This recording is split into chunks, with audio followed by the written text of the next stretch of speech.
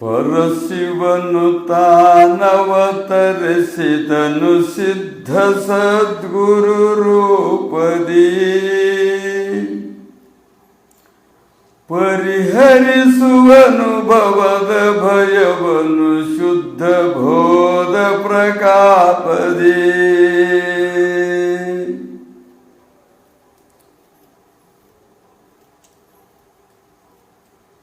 ಶರದಿ ಸುಖವನ್ನೀವನಾತ್ಮ ಜ್ಞಾನ ಬೋಧಿಸಿ ಶೀಘ್ರದಿ, ಕರುಣಿಸುವನ ಸಿದ್ಧನಾಥನು ಚರಣ ಭಜಕನ ಪ್ರೇಮದಿ.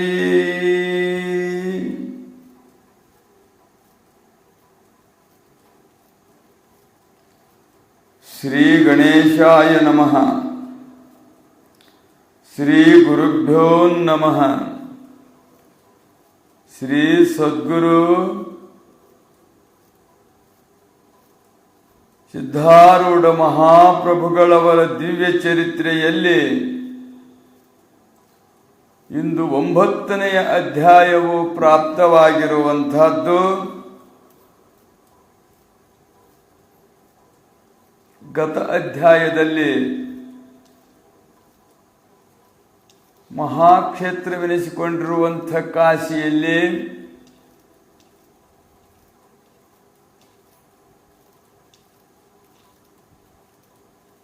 ಸಂಪೂರ್ಣವಾಗಿ ತಮ್ಮ ಪಾದಸ್ಪರ್ಶದಿಂದ ಕಾಶಿ ಕ್ಷೇತ್ರಗಳೆನಿಸಿಕೊಂಡಿರ್ತಕ್ಕಂಥವುಗಳು ಎಷ್ಟಿರುವವೋ ಅಲ್ಲಿರ್ತಕ್ಕಂಥ ಮುಖ್ಯ ಕ್ಷೇತ್ರ, ಉಪಕ್ಷೇತ್ರಗಳೆನಿಸಿಕೊಂಡಿರ್ತಕ್ಕಂಥವುಗಳೆಲ್ಲವನ್ನೂ ತಾವು ಅವಕ್ಕೆ ಹಸ್ತಸ್ಪರ್ಶಿ ತಮ್ಮ ತಪಸ್ಸನ್ನು ದಾರಿ ಎರೆದು ಪಾದಸ್ಪರ್ಶದಿಂದ ಅಲ್ಲಿ ಇರ್ತಕ್ಕಂಥ ಜನರು ಬಿಟ್ಟು ಹೋಗಿರ್ತಕ್ಕಂಥ ಪಾಪ ದೋಷಗಳನ್ನೆಲ್ಲ ಭಸ್ಮ ಮಾಡಿ ಗಂಗೆಯನ್ನು ಪವಿತ್ರ ಮಾಡಿ ಮುಂದೆ ಸಂಚಾರಕ್ಕೆ ಹೊರಟರು ಎನ್ನುವಂಥ ವಿಷಯವನ್ನು ಕುರಿತು ಹೋದ್ರೂ ಕೂಡ ಅಷ್ಟು ನಮಗೆ ನೋಡಲಿಕ್ಕಾಗುವುದಿಲ್ಲ. ಆ ನಾಮಗಳು ನಮಗೆ ಗೊತ್ತಿಲ್ಲ, ಆ ಸ್ಥಾನಗಳು ಗೊತ್ತಿಲ್ಲ. ಆ ಗುಪ್ತವಾಗಿರ್ತಕ್ಕಂಥ ಅತ್ಯಂತ ಗೌಪ್ಯವಾಗಿರುವಂಥ ಎಲ್ಲ ಸ್ಥಾನಗಳನ್ನು ಸಂಚಾರ ಮಾಡಿ ಅವೆಲ್ಲಗಳ ನಾಮಗಳನ್ನು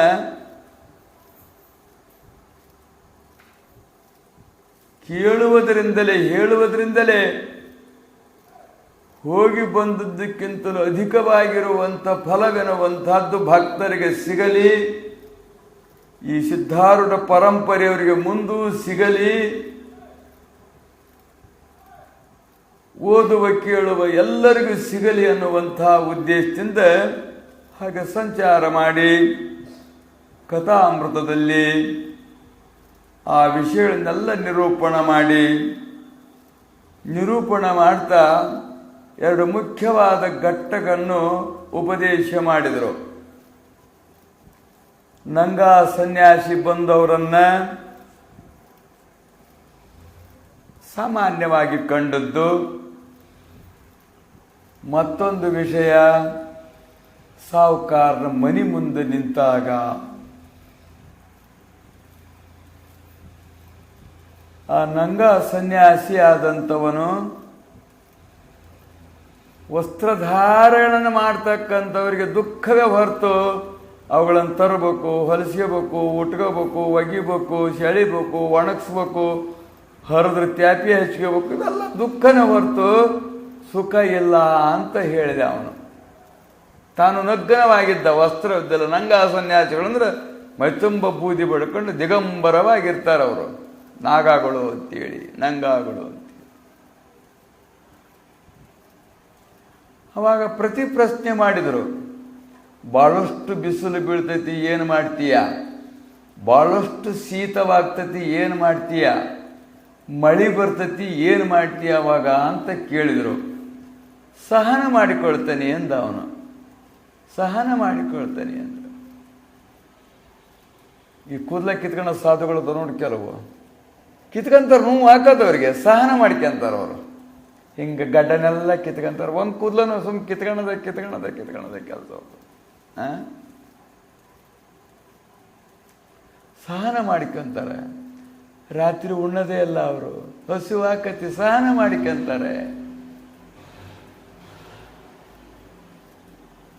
ಅಂದಾಗ ಸಹನವೇ ಕಾರಣವಾಯ್ತೆ ಹೊರತು ವಸ್ತ್ರಗಳನ್ನು ಧಾರಣ ಅಥವಾ ವಸ್ತ್ರಗಳನ್ನು ತ್ಯಾಗ ಅದು ಕಾರಣವಾಗಿರ್ತಕ್ಕಂಥದ್ದಲ್ಲ. ಸಹನ ಶಕ್ತಿ ಇರಬೇಕು, ತಿತಿಕ್ಷೆ ಇರಬೇಕು ಅನ್ನುವಂಥದ್ದನ್ನ ಸಾಧಕರಿಗೆ ಬೋಧಿಸುತ್ತಾ, ಇನ್ನು ಸಾಮಾನ್ಯರಾಗಿರ್ತಕ್ಕಂಥವರಿಗೆ ಏನು ಪ್ರಾಪ್ತವಾಗಿರ್ತದೆಯೋ ಯದೃಚ್ಛ ಲಾಭ ಸಂತುಷ್ಟೋ ಅಂಥೇಳಿ ಗೀತೆಯಲ್ಲಿ ಏನು ಪ್ರಾಪ್ತವಾಗಿರ್ತದೋ ಅದರಲ್ಲೇ ಸಂತೋಷ ಪಡಬೇಕು ಅಂಥೇಳಿ. ನಾವೇನು ಮಾಡ್ತೇವೆ ಅಂದರೆ ಬಹಳಷ್ಟು ಮ್ಯಾಲೆ ಇರ್ತಕ್ಕಂಥವ್ರನ್ನ ನೋಡ್ತೇವೆ. ಮನೆ ಮನಿ 7-8 ಅಂತಸ್ತಿ ಕಟ್ಕೊಂಡು 7-8 ಕಾರ್ ಇಟ್ಕೊಂಡು ಕೆಲಸದವ್ರನ್ನ ಇಟ್ಕೊಂಡು ಅವ್ರನ್ನೆಲ್ಲ ನೋಡಿ ನಾವು ಹಂಗಾಗಬೇಕು ಅಂತೀವಿ. ಗುಡ್ಡದ ಮುಂದೆ ಕಪ್ಪಿನ ಎತ್ಕೊಂಡು ನಿನ್ನಷ್ಟು ದಪ್ಪ ಆಗ್ಬೇಕು ಅಂತೇಳಿ ಉಸುಲು ಗಟ್ಟಿಡ್ದು ಆಮೇಲೆ ಪಟ್ಟಂದು ಹೋತಂತಲ್ಲ. ಹಂಗೆ ನಾವೇನು ಮಾಡ್ತೇವೆ ಅಂದರೆ ನಮಗಿಂತೂ ಮ್ಯಾಲ ಮಟ್ಟದವ್ರು ನೋಡ್ತೇವೆ. ಎದ್ರಾಗ ಅಧಿಕಾರ, ಐಶ್ವರ್ಯ, ದಂಭ, ದರ್ಪ, ಅಹಂಕಾರ, ಯಾಸುರಿ ಲಕ್ಷಣಗಳಿರ್ತಕ್ಕಂಥವ್ರನ್ನು ಬಹಳಷ್ಟು ನೋಡಿ ಆ ನಮನೆ ಆಗಬೇಕು ಅಂತವೆ. ನಮಗಿಂತ ಉಚ್ಚ ಮಟ್ಟದ ಸಂಸ್ಕೃತಿ ಉಳ್ಳಂಥವ್ರು, ಸಂಸ್ಕಾರ ಉಳ್ಳಂಥವ್ರು, ತಿಳಿದಂಥವ್ರು ನೋಡಿ ಹಂಗಾಗಬೇಕು ಅನ್ನೋದಲ್ಲ ನಾವು. ದೈವೀ ಸಂಪತ್ತಿನಂತೆ ಆಗಬೇಕು ಅನ್ನೋದಿಲ್ಲ ನಾವು. ಹೃದಯ ಸಂಪತ್ತಿನಿಂದ ಕೂಡಬೇಕು ನಾವು ಅಂತ ಹಂಗಾಗೋದಿಲ್ಲ. ಈ ಹೊರಗೆ ನಾವು ನೋಡಿ ಹಂಗಾಗಬೇಕು ಅಂತ. ಅದಕ್ಕವರು ಎದ್ರುಚ್ಚ ನಿನಗೆ ಎಷ್ಟು ಪ್ರಾಪ್ತಿ ಆಗೈತೋ, ವಸ್ತ್ರ ಸಿಕ್ಕುತ್ತೋ ಹಾಕ್ಯ, ಸಿಗಲಿದ್ರೆ ಹಾಕ್ಯ ಬೇಡ. ಸಹನತೆ ಇರಬೇಕು. ದ್ವಂದ್ವಗಳು ಬಂದು ಸುಖ ದುಃಖಗಳು ಬಂದಾಗ ದುಃಖಗಳ ಬರೋದು, ಸುಖ ಬರೋದೆಲ್ಲಿ? ಸುಖ ಎಲ್ಲರಿಗೆ ಎಲ್ಲೇ ಇತ್ತವ್ವ, ಸುಖ ಎಲ್ಲರಿಗೆ ಎಲ್ಲೈತಿ? ದುಃಖ ತುಂಬ್ಯಾವೆ ಮೂಜಾಗವೆಲ್ಲ. 3 ಲೋಕದಲ್ಲಿ ಕೂಡ ದುಃಖ ತುಂಬಿದಾವೆ. ಅವನಿಗೆ ಇಂದ್ರ ಲೋಕದಾಗ ಸುಖ ಆಗಿದ್ರು ಮತ್ತೆ ಯಾಕೆ ಇಲ್ಲಿ ಋಷಿ ಪತ್ನಿ ಹತ್ರ ಬರ್ಬೇಕಾಗಿತ್ತು? ಅವನ ವೈಭವದಷ್ಟೇನಿತ್ತ? ಎಷ್ಟು ವೈಭವ, ಎಷ್ಟು ಸಂಪತ್ತು, ಎಷ್ಟು ಭೋಗಭಾಗ್ಯ, ಎಂಥ ಆಹಾರ, ಎಂಥ ವಿಹಾರ.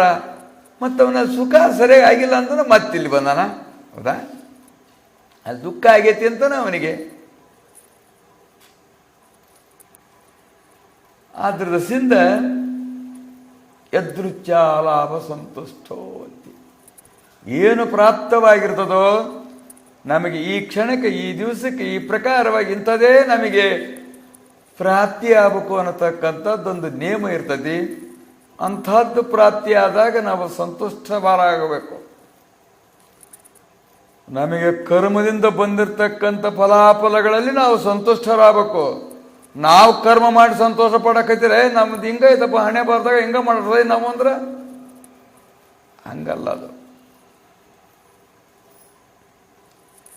ನಮ್ಮ ಹಿಂದಿನ ಕರ್ಮಕ್ಕೆ ತಕ್ಕಂಥ ಫಲಗಳು ಬರ್ತಾ ಇರ್ತವೆ, ಅದರಲ್ಲಿ ನಾವು ಸಮಾಧಾನ ಮಾಡ್ಕೋಬೇಕು. ನಮಗಿಂತ ಬಹಳಷ್ಟು ಕೀಳು ಮಟ್ಟದವ್ರು ನೋಡಿ ನಾವು ತೃಪ್ತಿ ಪಡ್ತಿರ್ಬೇಕು. ಏನು ಗುಡಿಸಲ ಹಾಕ್ಯಂದಿರ್ತವೆ, ಆ ಚರಂಡ್ಯಾಗ ಮನೆ ಮಾಡ್ಕೊಂಡಿರ್ತವೆ, ಏನು ನೋಡಬಾರ್ದಲ್ಲಿ ತಿರ್ಕೊಂಬಂದು ತಿಂತಿರ್ತವೆ, ಒತ್ಕೊಳಕ್ಕಿಲ್ಲ, ಉಡಾಕಿಲ್ಲ, ಹಿಂಗೆಲ್ಲ ಇರ್ತಾವಲ್ಲ. ಅವ್ರಿಗಿಂತೂ ನಮ್ಮನ್ನು ಭಗವಂತ ಎಷ್ಟು ಒಳ್ಳೆ ಮಟ್ಟಕ್ಕಿಟ್ಟದನಪ್ಪ, ಎಷ್ಟು ಕೃಪಾ ಮಾಡಿದಾನ ಅಂಥೇಳಿ ಅಷ್ಟರಲ್ಲಿ ಸಂತೋಷ ಪಡ್ಬೇಕು. ಮ್ಯಾಲಿನರ್ ನೋಡಿ ನಾವು ಹಂಗಾಗ್ತವೆ ಅನ್ನತಕ್ಕಂಥ ಭ್ರಮವಾಗಿರ್ತಕ್ಕಂಥದ್ದನ್ನು ಬಿಡಬೇಕು ಅನ್ನುವಂಥದ್ದನ್ನು ಅವರು ಸಹನ ಶಕ್ತಿ ಇರ್ಬೇಕು. ನಮಗೆ ಬರ್ತವೆ, ಮಾನ ಬರ್ತತಿ, ಅಪಮಾನ ಬರ್ತತಿ, ಸುಖ ಬರ್ತತಿ, ದುಃಖ ಬರ್ತತಿ, ಜಯ ಬರ್ತತಿ, ಅಪಜಯ ಬರ್ತತಿ, ಬಡತನ ಬರ್ತತಿ, ಏನೇನೋ ಬರ್ತಕ್ಕಂಥವುಗಳದೇನು ಅಡಿಗಡಿಗೆ ತೋರುವತಿ ಘೋರ ಸಂಸಾರ ಅಂತ ಹೇಳದು. ಯಾವಾಗೂ ಸುಖ ಇಲ್ಲೇ ಅಲ್ಲ, ಬರ್ತಿರ್ತವೆ. ಏನು ಸಹನ ಮಾಡ್ಕೋಬೇಕು, ತಾಳಬೇಕು ಅಂಥೇಳಿ ಅದೇ ವಸ್ತು. ಅದಕ್ಕೆ ಉಪಾಯ ಮತ್ತೊಂದಿಲ್ಲ ಎನ್ನುವಂಥದ್ದನ್ನು ಗೃಹಸ್ಥರಾಗಿರ್ತಕ್ಕಂಥವರಿಗೆ, ಸಾಧಕರಾಗಿರ್ತಕ್ಕಂಥವ್ರಿಗೆ ಅವ್ರಿಗೂ ತಿತಿಕ್ಷೆ ಬಂದಿರತಕ್ಕಂಥದ್ದನ್ನು ನಾವು ದ್ವಂದ್ವಗಳನ್ನು, ತಿತಿಕ್ಷಾ ಅನ್ನುವಂಥದ್ದೊಂದು ಮುಖ್ಯವಾಗಿರುವಂಥ ಲಕ್ಷಣ.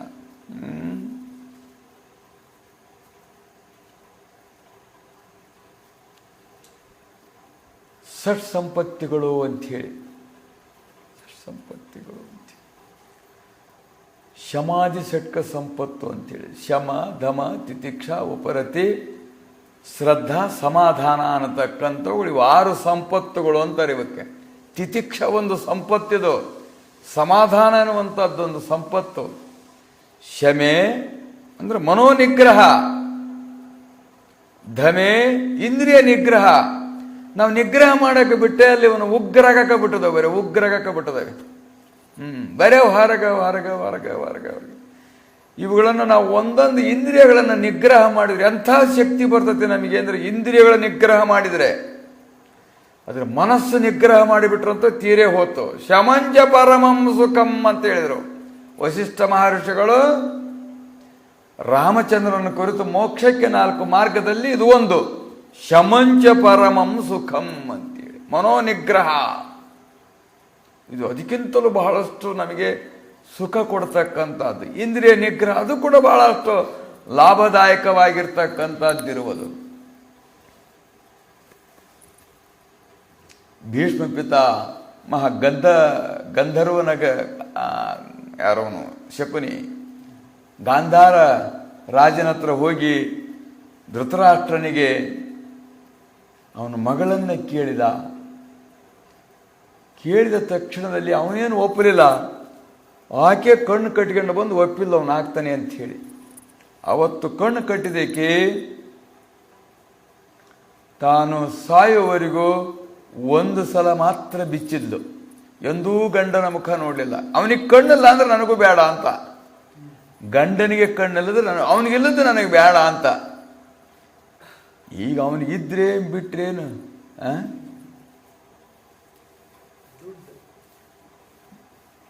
ಒಂದು 4-5 ಎಣಗಾಯ ಮುಳಗಾಯ ಮಾಡಿದ್ಲಂತ ಬೇಕಿ. ಚಲೋ ಇದಾವ ಎಲ್ಲ ಆಗಿದಾವ ಇಲ್ಲ ಅಂತೇಳಿ 1 ತಿನ್ಲಂತೆ. ಆಮೇಲೆ ಬೆಂದತ್ತ ಇಲ್ಲ ಅಂಥೇಳಿ 1 ತಿನ್ಲಂತೆ. ನನ್ನ ಪಾಲಿನ ನಾನು ತಿಂದ್ರೆ ಅವನೇನು ಮಾಡ್ತಾನಂತ ಇನ್ನೊಂದು ತಿನ್ಲಂತೆ. ಮತ್ತೊಂದು ಕೇಳಿದ್ರೆ ಕೊಡಕ್ಕೆ ಬೇಕಾಗತ್ತೆ, ಅದು ಬೇಡ ಅದನ್ನು ತಿಂದ್ಬಿಡೋಣ ಅಂತ ಅದನ್ನು ತಿಂದ್ಬಿಟ್ಲಂತ. ಅವನಿಗೆ ಕೆಂಪು ಚಟ್ನಿ ಇಟ್ಬಿಟ್ಲಂತೆ. ಈಗಿನವ್ರು ಮಾಡ್ತಕ್ಕಂಥದ್ದು. ಇವರು ಹಂಗೆ ಮಾಡ್ತಾರೆ, ಅವರು ಹಂಗೆ ಮಾಡ್ತಾರೆ. ಇವ್ರೇನು ಹೆಚ್ಚಲ್ಲ, ಅವ್ರೇನು ಕಡಿಮೆ ಅಲ್ಲ. ಇವ್ರಿಗೆ ತಕ್ಕಂಗೆ ಅವ್ರದಾರ, ಅವ್ರಿಗೆ ತಕ್ಕಂಗೆ ಇವ್ರದಾರ. ಆದ್ರೆ ಆಕಿ ಅವತ್ತು ಕಣ್ಣು ಕಟ್ಟಿಬಿಟ್ಲು, ಕೊಡ್ಬೇಕು ಒಂದು ದಿವಸನೇ ಕಟ್ಟಿಬಿಟ್ಲು ಕಣ್ಣ. ಅವತ್ತಿನಿಂದ ಇಂದ್ರಿಯ ನಿಗ್ರಹ ಮಾಡಿರ್ತಕ್ಕಂಥದ್ದಕ್ಕೆ ಅಂಥ ಶಕ್ತಿ ಬಂತು ಅಂದರೆ, ಎಲ್ಲರೂ ಸತ್ತಾಗ ಯಾವ ದುರ್ಯೋಧನ ಅನ್ನುವಂಥವನು ವಜ್ರಕಾಯ ಮಾಡ್ಕೋಬೇಕು ಅಂಥೇಳಿ ಅವನಿಗೆ ಮನಸ್ಸಿಗೆ ಬಂತು. ಹೆಂಗಾದ್ರೆ ಆಕ್ಕತಿ ಅಂಥೇಳಿ ಪುರಾಣದ ಇತಿಹಾಸದ ಮೇಲೆ ಧರ್ಮರಾಯನಿಗೆ ಕೇಳಿದ್ರೆ ಮಾತ್ರ ಅವನು ಖರೆ ಹೇಳ್ತಾನೆ, ಇನ್ಯಾರೂ ಖರೆ ಹೇಳೋದಲ್ಲ ಅಂಥೇಳಿ ಧರ್ಮರಾಯನ ಹತ್ರ ಹೋದ. ನೋಡಪ್ಪ, ಇಷ್ಟು ದಿವಸ ಕಟ್ಟಿಕೊಂಡದಳ ನಿಮ್ಮ ತಾಯಿ ಕಣ್ಣನ್ನು, ಆಕೆ ದೃಷ್ಟಿ ನಿನ್ನ ಮೇಲೆ ಪೂರ್ಣ ಬಿತ್ತಂದ್ರೆ ನಿನ್ನ ಪೂರ್ಣ ವಜ್ರಕಾಯ ಆಗ್ತೀಯ, ಯಾತ್ರಿಂದಲೂ ನಿನಗೆ ನಾಶವೇ ಇಲ್ಲ ಅಂತ ಹೇಳಿದ. ಅದೇ ರೀತಿಯಾಗಿ ತಾಯಿ ಪ್ರಾರ್ಥನೆ ಮಾಡ್ಕೊಂಡು ಸ್ನಾನ ಮಾಡ್ಕೊಂಡು ಬರಬೇಕು ದಿಗಂಬರವಾಗಿ ಅಂತ ಆದೇಶ ಮಾಡಿದಳು. ಆ ರೀತಿಯಾಗಿ ಬರ್ತಾ ಇದ್ದ. ನಡುವೆ ಕೃಷ್ಣ ನೋಡಿಬಿಟ್ಟ, ಇವನು ವಜ್ರಕಾಯ ಆದ್ರೆ ಕೊಲ್ಲೋದು ಹೆಂಗಪ್ಪ, ಇವನು ಕೊಲ್ಲಿಲ್ಲದ್ರೆ ಮತ್ತೆ ನಾವು ನಾಶ ಮಾಡೋದು ಹೆಂಗೆ? ಇವನು ಕೌರವ ಸಾಯಲಿಲ್ಲ ಅಂದರೆ, ದುರ್ಯೋಧನ ಸಾಯಲಿಲ್ಲ ಅಂದರೆ ಪಾಂಡವರಿಗೆ ಜಯನೇ ಇಲ್ದಂಗೆ ಆಕತಿ. ಎಷ್ಟು ಹೊಡೆದ್ರು ಏನು ಮಾಡಿದ್ರು ಸಾಯದೇ ಇಲ್ಲ ವಜ್ರಕಾಯ ಅಂದರೆ. ಅವಾಗ ಎದುರಿಗೊಂದು ಅಯ್ಯೋ ಎಲ್ಲಿ ಹೊಂಟಿದೆಯಪ್ಪ ಈ ನಮೂನಿ ಈ ಅವತಾರದಾಗ ಅಂತ ಅಂದವನು. ಹಿಂಗೆ ವಜ್ರಕಾಯ ಮಾಡ್ಕೊಳಕ ನಮ್ಮ ತಾಯಿ ದೃಷ್ಟಿ ಬಿಡಿಸಿ ಹಡ್ದ ತಾಯಿ ಅಕ್ಕಿತಾಲೆ ದಿಗಂಬರ, ಇಂಥ ವಯಸ್ಸಿನನು ಚೆ ಭಾರಿ ಇದು ಧರ್ಮಕ್ಕೆ ವಿರುದ್ಧವಾಗಿರ್ತಕ್ಕಂಥದ್ದು ಅಂತೇಳಿ ಭಾಳಷ್ಟು ಬೋಧ ಮಾಡಿಬಿಟ್ಟ. ಹೌದು ಅನಿಸ್ಬಿಡ್ತು ಅವನಿಗೆ. ಒಂದು ಟವಲ್ ಕಟ್ಕೊಂಡ್ಬಿಟ್ಟ. ಟವಲ್ ಕಟ್ಕೊಂಡು ಹೋಗಿ ಮಾತಾಶ್ರೀ ಬಂದದೇನೆ ಅಂತ ಅಂದು, ನನ್ನ ಎದುರಿಗೆ ನಿಂತ್ಗಳಪ್ಪ ಸರಿಯಾಗಿ ಅಂತ ಹೇಳಿದ್ಲು. ಕಾಣ್ತದ್ದಿಲ್ಲಕ್ಕೆ ಕಣ್ಣು ಕಟ್ಕೊಂಡ್ಬಿಟ್ಟದ್ದು. ಎದುರಿಗೆ ಸರಿಯಾಗಿ ನಿಂತದನಮ್ಮ ಅಂದ. ಆವಾಗ ಕಣ್ಣು ಬಿಚ್ಚಿದ್ಲು. ಹಂಗೆ ಬಂತು ನೋಡ್ರಿ, ಅದು ವಜ್ರದ ಲೇಪನ ಅನ್ನತಕ್ಕಂಥದ್ದು. ಸಂಪೂರ್ಣವಾಗಿ ವಜ್ರ ಲೇಪನ ಆಗಿಬಿಡ್ತು ಆ ಕಣ್ಣಿನಿಂದ ಬಂದಿರತಕ್ಕಂಥದ್ದು. ಅವಾಗ ಅವನ ಮಕ್ಕ ಅವಾಗ ನೋಡಿದ್ದಾಕಿ, ಹುಡ್ದ್ಯಾ ನೋಡಿಲ್ಲ, ಗಂಡನ ಮಕ್ಕ ನೋಡಿಲ್ಲ. ಆ ರಾಜ ಮನಿ ಹೆಂಗೈತಿ ಗೊತ್ತಿಲ್ಲ, 101 ಮಕ್ಕಳು ಹೆಂಗದಾರ ಗೊತ್ತಿಲ್ಲ. ಪಾಂಡವರು ಹೆಂಗದಾರೆ, ಅವ್ರ ಮಕ್ಕ ಹೆಂಗೈತಿ ಧ್ವನಿ ಮೇಲೆ ಎಲ್ಲ ವ್ಯವಹಾರಗಳು. ಅವನ ಮಕ್ಕ ಅಷ್ಟ ನೋಡಿದ್ದಾಕಿ. ಆಮೇಲೆ ಇದನ್ನಿಷ್ಟು ಯಾಕೆ ಕಟ್ಕೊಂಡು ಬಂದೆಪ್ಪ ಅಂತ ಕೇಳಿದ್ಲು. ಕಣ್ಣು ಕಟ್ಕೊಂಡ್ಬಿಟ್ಲಕ್ಕೆ. ಅಯ್ಯೋ ಶ್ರೀಕೃಷ್ಣ ಬಂದು ಹಿಂಗೆ ಹೇಳ್ಬಿಟ್ಟ ಅಂತ ಹೇಳಿದ್ಲು. ಅದಿಷ್ಟು ಮಾತ್ರ ಹಂಗೆ ಉಳಿತು ನೋಡಪ್ಪ ಅಂದ್ಲು. ಇನ್ನೊಮ್ಮೆ ಪ್ರಯೋಗ ಮಾಡಮ್ಮ ಅಂತ ಕೇಳ್ದ. ಬಿಚ್ಚಿಬಿಡ್ತಾನೆ ಪ್ರಯೋಗ ಮಾಡಮ್ಮ ಅಂತ ಕೇಳ್ದ. ನಾನೇನು ದೇವ್ರಲ್ಲಪ್ಪ, ಇಷ್ಟು ದಿವಸ ನಿಗ್ರಹ ಮಾಡಿದ್ದಕ್ಕೆ ಅಷ್ಟು ಶಕ್ತಿ ಬಂದತಿ, ಮತ್ತೆ ಅಷ್ಟು ತೋರಿಸ್ಬೇಕು. ಇಲ್ಲಿ ಹೇಳುವ ತಾತ್ಪರ್ಯ ಇಷ್ಟೇ, ನಾವು ಇಂದ್ರಿಯ ನಿಗ್ರಹ ಮಾಡೋದ್ರಿಂದ ಎಂಥ ಶಕ್ತಿ ಬರ್ತತಿ ಅಂತೀವಿ. ಅದಕ್ಕೆ ಎಲ್ಲಿ ಹೊಡೆದ್ರೂ ಸಾಯ್ತಿದ್ದಲ್ಲ ಅವನು. ಸಾಯ್ಲಿಲ್ಲ, ಭಾಳಷ್ಟು ಸುಸ್ತಾಗೋಗ್ಬಿಟ್ಟ ಭೀಮ. ಆವಾಗ ಶ್ರೀಕೃಷ್ಣ ತೊಡಿ ತೋರಿಸ್ದ. ತೊಡಿ ಹಿಂಗೆ ಇಲ್ಲಿ ಹೊಡಿ, ಇಲ್ಲಿ ಇದನ್ನು ಕೇಳಿದ್ದವನು ಇಲ್ಲಿ ಬಂದು ಕುಂಡ್ರ ಕೇಳಿದ್ದ ದ್ರೌಪದಿನ ಹಿಂಗ ಅಂತ ತೋರಿಸ್ಬಿಟ್ಟ. ಗೊತ್ತಾಗ್ಬಿಡ್ತೀವಿ ನೀವು ಸೌಜ್ಞೆ. ಹೊಡೆದಾಡೋದು 3-4 ಸಲ ಹೊಡೆದು ಕೊಟ್ಲೆ ಚಪಾಟಿ ಆಗಿ ಹೋಗ್ಬಿಡ್ತು ತೊಡಿ. ಅದೇನು ಅದಿಷ್ಟು ಭಾಗ ಒದ್ರಾಗಿದ್ದಿಲ್ಲಲ್ಲ, ಅಲ್ಲಿಗೆ ಅಂತ್ಯವಾತು ಅಂಥೇಳಿ. ಇದು ಏನು ಅಂದರೆ ನಿಗ್ರಹ ಮಾಡೋದ್ರಲ್ಲಿ ಅಷ್ಟು ಶಕ್ತಿ ಬರ್ತತಿ ಅಷ್ಟು ಫಲಕಾರಿ ಆಕತಿ ಅಂತೇಳಿ. ನೋಡು, ಡ್ಯಾಮ್ ಕಟ್ಟಿದಾರ, ಹೊಳಿಗೆ ನಿಗ್ರಹ ಮಾಡಿಬಿಡ್ತು ನೀರ. ಅಲ್ಲಿ ಅಷ್ಟು ನಿಗ್ರಹ ಆಗಿದ್ರೆ ಎಷ್ಟು ದೇಶ ಪ್ರದೇಶವಾಗಿರ್ತಕ್ಕಂಥದ್ದು ಜೀವಿಗಳಿಗೆ ಅನ್ನ ಕೊಡ್ತಕ್ಕಂಥ ಸಾಧನವಾತು, ಕುಡಿಲಿಕ್ಕೆ ನೀರು ಕೊಡ್ತಕ್ಕಂಥ ಸಾಧನ. ಯಾಕಂತಂದರೆ ಡ್ಯಾಮ್ ಕಟ್ಟಿದ್ದಕ್ಕೆ. ವಿದ್ಯುತ್ ಆಗಲಿ ಇದೆಲ್ಲ ಬಂದದ್ದು ಯಾಕಂದ್ರೆ ಅಲ್ಲಿ ನಿಗ್ರಹ ಮಾಡಿದ್ರು ನದಿನ. ಹಾಗೆ ನಮ್ಮ ಇಂದ್ರಿಯಗಳನ್ನು ನಾವು ನಿಗ್ರಹ ಮಾಡಿದ್ವಿ, ನಮ್ಮ ಮನಸ್ಸನ್ನು ನಿಗ್ರಹ ಮಾಡಿದ್ವಿ ಅಂದರೆ ಖಂಡಿತವಾಗಿಯೂ ಮಹತ್ತರವಾಗಿರ್ತಕ್ಕಂಥ ಲಾಭವಾಗ್ತದೆ ಅನ್ನುವಂಥದ್ದನ್ನು ತಿತಿಕ್ಷೆ ಇದನ್ನು ಹೇಳಿದ್ರಲ್ಲಿ ಅದರ ರಹಸ್ಯವಾಗಿರ್ತಕ್ಕಂಥದ್ದನ್ನು ಆ ನಂಗಾಗೆ ಅವಾಗ ಅನ್ಕಂತ ಹೋಗ್ತಾನ. ಮೂ ದೇಕೋತು ದಿವಾನ್, ದಿಲ್ ದೇಕೋತು ಶಾಹಿನಾ ಅನ್ಕಂತ ಹೋದವನು. ನೋಡಕ್ಕೆ ಹುಚ್ಚನಂಗೆ ಕಾಣ್ತೀಯ, ಎಷ್ಟು ದೊಡ್ಡ ವಿಶಾಲವಾಗಿರ್ತಕ್ಕಂಥ ಜ್ಞಾನವೆನ್ನುವಂಥದ್ದೈತಿ ನಿನ್ನ ಹೃದಯದೊಳಗೆ, ಎಷ್ಟು ಹೃದಯ ವಿಶಾಲವೈತಿ ಅಂಥೇಳಿ ಅನ್ಕಂತ ಹೋದ ಅಂಥೇಳಿ. ಎರಡನೇದು ಹೇಳ್ದ ಮುಸಾಫರ್ ಖಾನೆ ಅಂತೇಳಿ.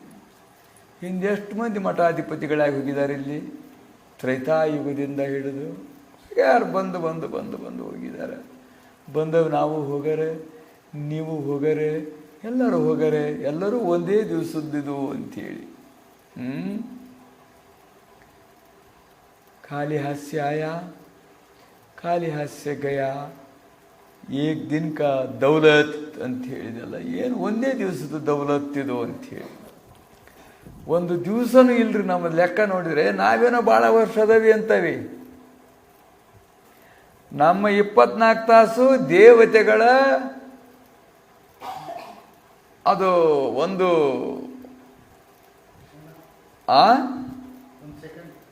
ಸೆಕೆಂಡು ಆಗೋದಿಲ್ಲೇನಪ್ಪ. ಅದು ಅವರಿಗೆ 6 ತಿಂಗಳಿಗೆ ಒಂದು ಹಗಲು, 6 ತಿಂಗಳಿಗೆ ಒಂದು ರಾತ್ರಿ ದೇವತೆಗಳಿಗೆ. ಈಗ ರಾತ್ರಿ ಆಗಿಬಿಡ್ತೀವಿ, ಕದ ಮುಚ್ಕೊಂಡ್ಬಿಡ್ತಾರೆ, ಮಕ್ಕಂದಾರ ಅವ್ರಿಗೆ. ನಿದ್ದೆಂತೂ ಬರೋದಿಲ್ಲ, ಸುಮ್ಮನೆ ಮಕ್ಕಂದಿರ್ಬೇಕನ. ದೇವತೆಗಳಿಗೆ ನಿದ್ರಿಲ್ಲ, ಅವು ಕಣ್ಣು ನೆಟಗಣ್ಣನೇ ಇರ್ತವೆ ಯಾವಾಗಲೂ. ನಮ್ಮಂಗೆ ಮುಚ್ಚೋದಲ್ಲ ಅವಕ್ಕೆ. ಕಣ್ಣಿಗೂ ಪುರ್ಸತ್ತಿಲ್ಲ, ಮನಸ್ಸಿಗೂ ಪುರ್ಸತ್ತಿಲ್ಲ, ಇದು ಇಂದ್ರಿಯಕ್ಕೂ ಪುರ್ಸತ್ತಿಲ್ಲ. ಬರೀ ಇದೇ ಕೆಲಸ. ನಮಗೆ 1 ದಿವಸ 2 ದಿವಸ ನಿದ್ರಿಲ್ಲದ್ರೆ ಎಷ್ಟು ಆಯಾಸ ಆಕತಿ. ಪಾಪ ಇವಕ್ಕೆ ಎಷ್ಟು ಆಯಾಸ ಆಕತಿ. ನಾವು 12 ಗಂಟೆಗೆ ಹೋಗಿ ಮಕ್ಕಂತಾವೆ. ಇಲ್ಲಿದ್ದ ಹೋಗೋದಕ್ಕೆ 12-12:30 ಆಕತ್ತದ. ಎಷ್ಟು ಆಯಾಸ ಆಕತಿ. ನಾವು 1 ದಿವಸ 2 ದಿವಸ ನಿದ್ದಿಲ್ಲದ್ರೆ ನಮಗೆ ಆಯಾಸ ಆಕತಿ. ಅವು ಇಡೀ ಜೀವನ ನಿದ್ದಿಲ್ದಂಗೆ ಇರ್ಬೇಕಲ್ಲ ದೇವತೆಗಳಾಗಿ. ಅವ್ರಿಗೆ ನಿದ್ರಿಲ್ಲ ಅವರಿಗೆ. ಆದರೂ 6 ತಿಂಗಳು ಹಗಲು, 6 ತಿಂಗಳು ರಾತ್ರಿ ಅಂತ ಅವ್ರದ್ದು ಆಯುಷ್ಯ. ಅದಕ್ಕಿಂತ ಮೇಲೆ ಭಾಳ ಆ ಪರಮಾತ್ಮ ಒಮ್ಮೆ ಕಣ್ಣು, ನಾವು ಹೆಂಗೆ ಕಣ್ಣು ಮಿಸಿ ಹಿಂಗೆ ಕಣ್ಣು ತೆಗಿದೆವೋ 4 ಯುಗ ಹೋಗಿರ್ತಾವಂತ. ಅವನ ಲೆಕ್ಕ ಹಾಕಿದ್ರೆ ಕ್ಷಣಭಂಗುರ ಅಂತ. ಜೀವ ಏನು ಹೇಳ್ತಾರೆ, ಕ್ಷಣಭಂಗುರ ಅಂತ ನಮಗೆ ಹೇಳ್ತಿರೋದು. ನಮ್ಮ ಜೀವನ ಕ್ಷಣಭಂಗುರವಾಗಿರ್ತಕ್ಕಂಥದ್ದು ಒಂದೇ ಕ್ಷಣದ್ದಿದ್ದು ಅಂತೇಳಿ. ಅಷ್ಟು ಸ್ವಲ್ಪ ನೋಡು, ಈ ಮಳೆಗಾಲ ಬಂತಂದ್ರೆ ಆಗ ಹುಟ್ಟಿ ಬಂದ್ಬಿಡ್ತಾವೆ ಕೆಲವು ಹುಳುಗಳು, ಆಗ ಸ್ವಲ್ಪ ಹತ್ತಲಾಗ ಅಡ್ಡಾಡ್ತಾವೆ, ಆಗ ರೆಕ್ಕಿ ಕತ್ಕೊಂಡು ಬೀಳ್ತಾವೆ, ಆಗ ಗೊತ್ತಪ್ಪ ಕಸಿ ಸತ್ತು ಹೋಗ್ಬಿಡ್ತಾವೆ. ನಮ್ಮ ಶಾಸ್ತ್ರ ಮುಗಿದ್ರಾಗನೆ ಅವು ಮುಗ್ದ ಹೋಗಿರ್ತಾವೆ, ಹುಟ್ಟಿ ಸಂಸಾರ ಮಕ್ಕಳು ಮರಿ ಎಲ್ಲ ಆಗಿ ಯಾವ ಹೆಚ್ಚಿನ ಸತ್ತು ಹೋಗ್ಬಿಡ್ತಾವೆ. ಹಂಗೆ ನಮ್ಮದು ಇರತಕ್ಕಂಥದ್ದು. ಏನೋ ಭಾಳ ದಿವಸ ಇರ್ತೀವಿ, ಬುನಾದಿ ಬಂದೋಬಸ್ತ್ ಇರಬೇಕು, RCC ಬಂದೋಬಸ್ತ್ ಇರಬೇಕು, ಕಬ್ಬಣ ಚೊಲೋದು ಹಾಕಬೇಕು, ಸಿಮೆಂಟ್ ಇಷ್ಟ ಹಾಕಬೇಕು, ಎಲ್ಲ ಮಾಡ್ತೇವೆ. ಅಂದರೆ ಮಾಡಬಾರ್ದು ಅನ್ನೋ ತಾತ್ಪರ್ಯ ಅಲ್ಲ, ಒಟ್ಟಿದು ಮಿಥ್ಯಾ ಅಂತ ತಿಳ್ಕೋಬೇಕು. ಎಷ್ಟು ಮಾಡಿದ್ರೂ ಕೂಡ ಬಿಟ್ಟು ಹೋಗೋದು ಅಂತ ತಿಳ್ಕೋಬೇಕು. ಇದು ಧರ್ಮಛತ್ರ ನಮ್ಮದಲ್ಲ ಅಂತ ತಿಳ್ಕೋಬೇಕು. ಒಂದು ಧರ್ಮಛತ್ರ ನಮ್ಮವಲ್ಲ ನೋಡವು. ಮದುವೆ ಛತ್ರನೂ ನಮ್ಮವಾಗೋದಲ್ಲ, ರೊಕ್ಕ ಕೊಟ್ರು 4 ಗಂಟೆಗೆ ಬಿಡ್ಲಿಲ್ಲದ್ರೆ ನೋಡು ಅಂತಾರೆ ಅವರು. 30-40 ಲಕ್ಷ ಗಟ್ಟಲೆ ಕೊಟ್ಟರು ಕೂಡ ನಮ್ಮವಾಗೋದಿಲ್ಲ. ಬಂದಿಯಾ 4 ಗಂಟೆ ಬಾ, ಮತ್ತು 4 ಗಂಟೆ ಬಿಟ್ಬಿಡ್ಬೇಕು ಅಂತಾರೆ ಅವರು. ಹೌದಾ? ಮದುವೆ ಛತ್ರದವ್ರು ಅಲ್ಲೇ ಮತ್ತೊಬ್ಬರ ಮೇಲೆ ನುಂಗ್ತಿರ್ತಾನೆ ಅಲ್ಲೇ. ಅದ್ರದಿಂದ ನಮ್ದೆಲ್ಲ ಇಡೀ ಜೀವನ ಇದು ಧರ್ಮಛತ್ರ. ಈ ದೇಹ ಧರ್ಮಛತ್ರ, ಇದಿರ್ತಕ್ಕಂಥ ಮನಿ ಮಠಗಳು ಅಡುವು ಆಸ್ತಿ ಎಲ್ಲ ಧರ್ಮಛತ್ರವಾಗಿರ್ತಕ್ಕಂಥದ್ದು. ನಿಜವಾಗಿ ಧರ್ಮಛತ್ರ ನಮ್ಮವಲ್ಲವೇ ಅಲ್ಲ, ನಮ್ಮ ಧರ್ಮಗಳು ಅಲ್ಲವೇ ಅಲ್ಲ ಇವು. ಇವೆಲ್ಲ ಪರಧರ್ಮಗಳು, ಪರವಸ್ತುಗಳಾಗಿರ್ತಕ್ಕಂಥವುಗಳು ಇವೆಲ್ಲವು. ಇವೆಲ್ಲ ಪಂಚಮಹಾಭೂತಿಯಿಂದ ಆಗಿರ್ತಕ್ಕಂಥದ್ದು, ನಮ್ಮ ಧರ್ಮ ಅಲ್ಲ. ತಂದೆ ತಾಯಿಗಳಿಂದ ಹುಟ್ಟಿರ್ತಕ್ಕಂಥದ್ದು ನಮ್ಮದಲ್ಲ. ತಂದೆ ಅಂಶ 3, ತಾಯಿ ಅಂಶ 3, ಇದ್ರಾಗ ಕೂಡಿಕೊಂಡಿರ್ತಕ್ಕಂಥ ಶರೀರ ಇದು ಅಂದ್ಬಳಕ ನಮ್ಮದಲ್ಲ, ಅವ್ರ ಅಂಶಗಳು. ಆಮೇಲೆ ಪಂಚಮಹಾಭೂತಗಳಿಂದ ಉತ್ಪನ್ನವಾಗಿರ್ತಕ್ಕಂಥದ್ದು ನಮ್ಮದಲ್ಲ, ಮತ್ತು ನಮ್ಮದು ಅಂತವು ನಾವು. ಅದಕ್ಕೆ ಭಗವಂತ ಏನು ಹೇಳ್ತಾನೆ ಅಂದರೆ, ಸ್ವಧರ್ಮಂ ಇದನಂ ಶ್ರೇಯೇ ಪರಧರ್ಮೋ ಭಯಾವಹ ಅಂತೇಳಿ. ನಮ್ಮ ಸ್ವಧರ್ಮದಲ್ಲಿ ನಾವು ಹೆಂಗಿದ್ರೂ ಕೂಡ ಶ್ರೇಷ್ಠವಾಗಿರ್ತಕ್ಕಂಥದ್ದು, ಪರಧರ್ಮದಲ್ಲಿ ನಮಗೆ ದುಃಖವಾಗಿರ್ತಕ್ಕಂಥದ್ದು ಅಂತ ಹೇಳಿದೆ. ನಾವು ಪರಧರ್ಮದ ಅವಲಂಬನೆ ಮಾಡಿದ್ರಿಂದ ದುಃಖವಾಗೈತಿ. ಕಷ್ಟಾತ್ ಕಷ್ಟತರಂ ಪರಗೇಹೇ ನಿವಾಸನಂ ಅಂಥೇಳಿ. ಜನನೀ ಜನ್ಮಭೂಮಿಶ್ಚ ಸ್ವರ್ಗಾದಪಿ ಗರೀಯಸಿ ಅಂತ. ಅದು ಆಚಾರದಲ್ಲಿ ಬೇರೆ. ಅದು ಲಕ್ಷ್ಯಾರ್ಥದಲ್ಲಿ ನಮ್ಮ ಜನನಿ ಆಗಿರ್ತಕ್ಕಂಥದ್ದು ಯಾವುದು, ನಾವು ಮೂಲವ್ಯಾವುದು ನಮಗೆ ಅಂದರೆ ಆತ್ಮವಾಗಿರ್ತಕ್ಕಂಥದ್ದು, ಆ ಚೈತನ್ಯವಾಗಿರ್ತಕ್ಕ ಅದು ಖಂಡಿತವಾಗಿ ಸ್ವರ್ಗಕ್ಕಿಂತಲೂ ಹೆಚ್ಚಾಗಿರ್ತಕ್ಕಂಥದ್ದು. ಅದನ್ನು ಬಿಟ್ಟಿದ್ರೆ ಬರ್ತಾವಲ್ಲ ನಾವು ಈ ಪಂಚಮಹಾಭೂತದ ಧರ್ಮದೊಳಗೆ ಬರ್ತವೆ, ಶರೀರ ಧರ್ಮದೊಳಗೆ, ಇಂದ್ರಿಯ ಧರ್ಮದೊಳಗೆ, ಕರ್ಣಾದಿ ಪ್ರಾಣಾದಿ ಧರ್ಮಗಳಲ್ಲಿ, ವ್ಯವಹಾರ ಧರ್ಮದಲ್ಲಿ ಹಿಂಗೆಲ್ಲ ಬರೋದ್ರಿಂದ ನಮಗೆ ದುಃಖವೆನತಕ್ಕಂಥದ್ದು ಪ್ರಾಪ್ತವಾಗ್ತಿರುವುದು. ಆದ್ರಿಂದ ಇದು ಏನಂದರೆ ಧರ್ಮಛತ್ರ. ನಾವು ಬಂದಿದ್ದೇವೆ, ಒಂದು ದಿವಸ ಉಳ್ಕೋಬೇಕು, ಅಲ್ಲಿ ಉಂಡುಟ್ಟು ಬೆಳಗ್ಗೆ ಎದ್ದು ಮತ್ತೆ ಮುಂದೆ ನಮ್ದೆಲ್ಲಿ ಐತೋ ಪ್ರಯಾಣ ಹೋಗ್ತಿರೋದು. ನಾವು ಪ್ರಯಾಣ ಹಿಂದಿಂದನೂ ಪ್ರಯಾಣ ಮಾಡ್ಕೊಂತ ಬಂದವು. ಸೃಷ್ಟಿ ಆರಂಭದಿಂದ ಇದೊಂದು ಮಧ್ಯಸ್ಥಿತಿ, ಮನುಷ್ಯತ್ವ ಅನ್ನುವಂಥದ್ದು ಇರಿದ ಮತ್ತೆ ಮುಂದೆ ಪ್ರಯಾಣ. 84 ಲಕ್ಷ ಜೀವರಾಶಿಗಳಲ್ಲಿ ತಿರಿ ತಿರಿ ತಿರಿ ತಿರಿ ತಿರಿ ತಿರಿ ತಿರಿ ತಿರಿ ಬರ್ತಕ್ಕಂಥದ್ದು. ಅಲ್ಲೆಲ್ಲೇ ಛತ್ರಗಳು ಸಿಗ್ತವೆ, ಛತ್ರಗಳು ಸಿಗ್ತಾ ಇರ್ತವೆ. ರಾಜರೆಲ್ಲ ಅಲ್ಲದಲ್ಲೇ ಕಾಲ್ದಾರಿಗೆ ಹೋಗೋರಿಗೆ ಛತ್ರಗಳನ್ನು ಕಟ್ಸಿರ್ತಾರೆ ಅವರು. ಅಂದರೆ ಇಷ್ಟೊತ್ತಿ ಹೋಗಿ ಕತ್ಲಾಕತಿ ಅಲ್ಲಿ ಉಳ್ಕೊಳ್ಳಿ ಅಂಥೇಳಿ, ಯಾವುದಾದ್ರೂ ಹಳ್ಳಿ ಸಮೀಪಕ್ಕೆ. ಹಂಗಿದು ಮುಸಾಫರ್ ಖಾನಿ ಅಂಥೇಳಿ ನಮಗೆ ಅತ್ಯಂತ ಶ್ರೇಷ್ಠವಾಗಿರುವಂಥ ಉಪದೇಶವಾಗಿರ್ತಕ್ಕಂಥದ್ದು, ಮೋಹವೆನತಕ್ಕಂಥದ್ದು, ನಿವೃತ್ತಿ ಮಾಡ್ತಕ್ಕಂಥ ಉಪದೇಶ. ಇದೆಲ್ಲ ನಶ್ವರವಾಗ್ತಕ್ಕಂಥದ್ದು, ಇದು ಬಿಟ್ಟು ಹೋಗ್ತಕ್ಕಂಥದ್ದು ಖಂಡಿತವಾಗಿ ಅನ್ನುವಂಥ ವಿಷಯವನ್ನು ಆ ಮುಸಾಫರ್ ಖಾನಿಯಿಂದ ಅವನಿಗೆ ಹೇಳಿದ್ರು. ಇದು ಧರ್ಮಛತ್ರ ಅಂಥೇಳಿ. ಅದು ನಿಜವಾಗಿ ನಮ್ಮೆಲ್ಲರಿಗೂ ಇದು ಧರ್ಮಛತ್ರವೇ ಜಗತ್ತೆನ್ನುವಂಥದ್ದು. ಜಗತ್ತೇ ಧರ್ಮಛತ್ರ, ಇದಷ್ಟು ಜಗತ್ತೇ ಧರ್ಮಛತ್ರ. ಅದರ ಬಂದಿರತಕ್ಕಂಥ ನಾವು ಅತಿಥಿಗಳು, ಬಂದು ಹೋಗ್ತಿರ್ತಕ್ಕಂಥವ್ರು. ಆದ್ದರಿಂದ ಇಲ್ಲೇ ಇರೋರು ನಂದ ಇದು ಅನ್ನತಕ್ಕಂಥದ್ದನ್ನು, ಈ ದುರಾಗ್ರಹವಾಗಿರ್ತಕ್ಕಂಥದ್ದನ್ನು ಬಿಡಬೇಕು ಎನ್ನುವಂಥ ಉಪದೇಶವಾಗಿರ್ತಕ್ಕಂಥದ್ದನ್ನು ಮಾಡಿದರು.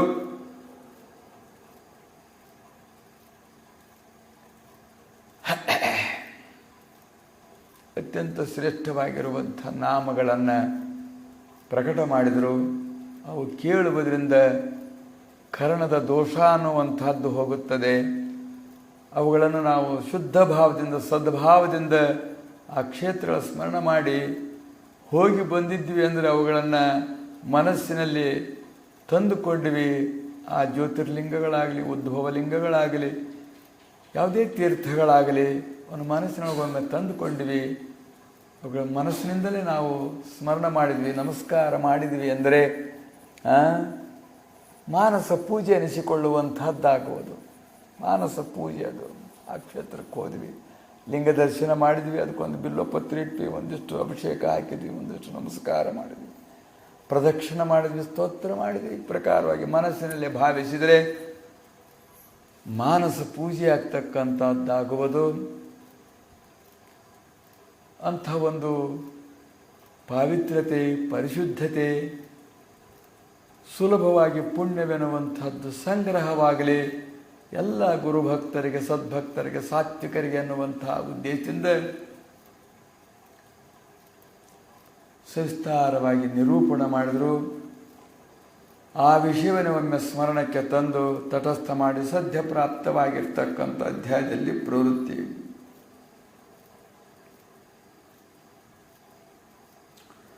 ಸಿದ್ಧಾರೂಢ ಸದ್ಗುರುನಾಥನು ಪ್ರಾಣಿಗಳ ಮೇಲೆ ಬಹಳ ಕೃಪಾವಂತನು ಅಂಥೇಳಿ, ಬಹಳ ಕೃಪಾವಂತನು ಅಂಥೇಳಿ.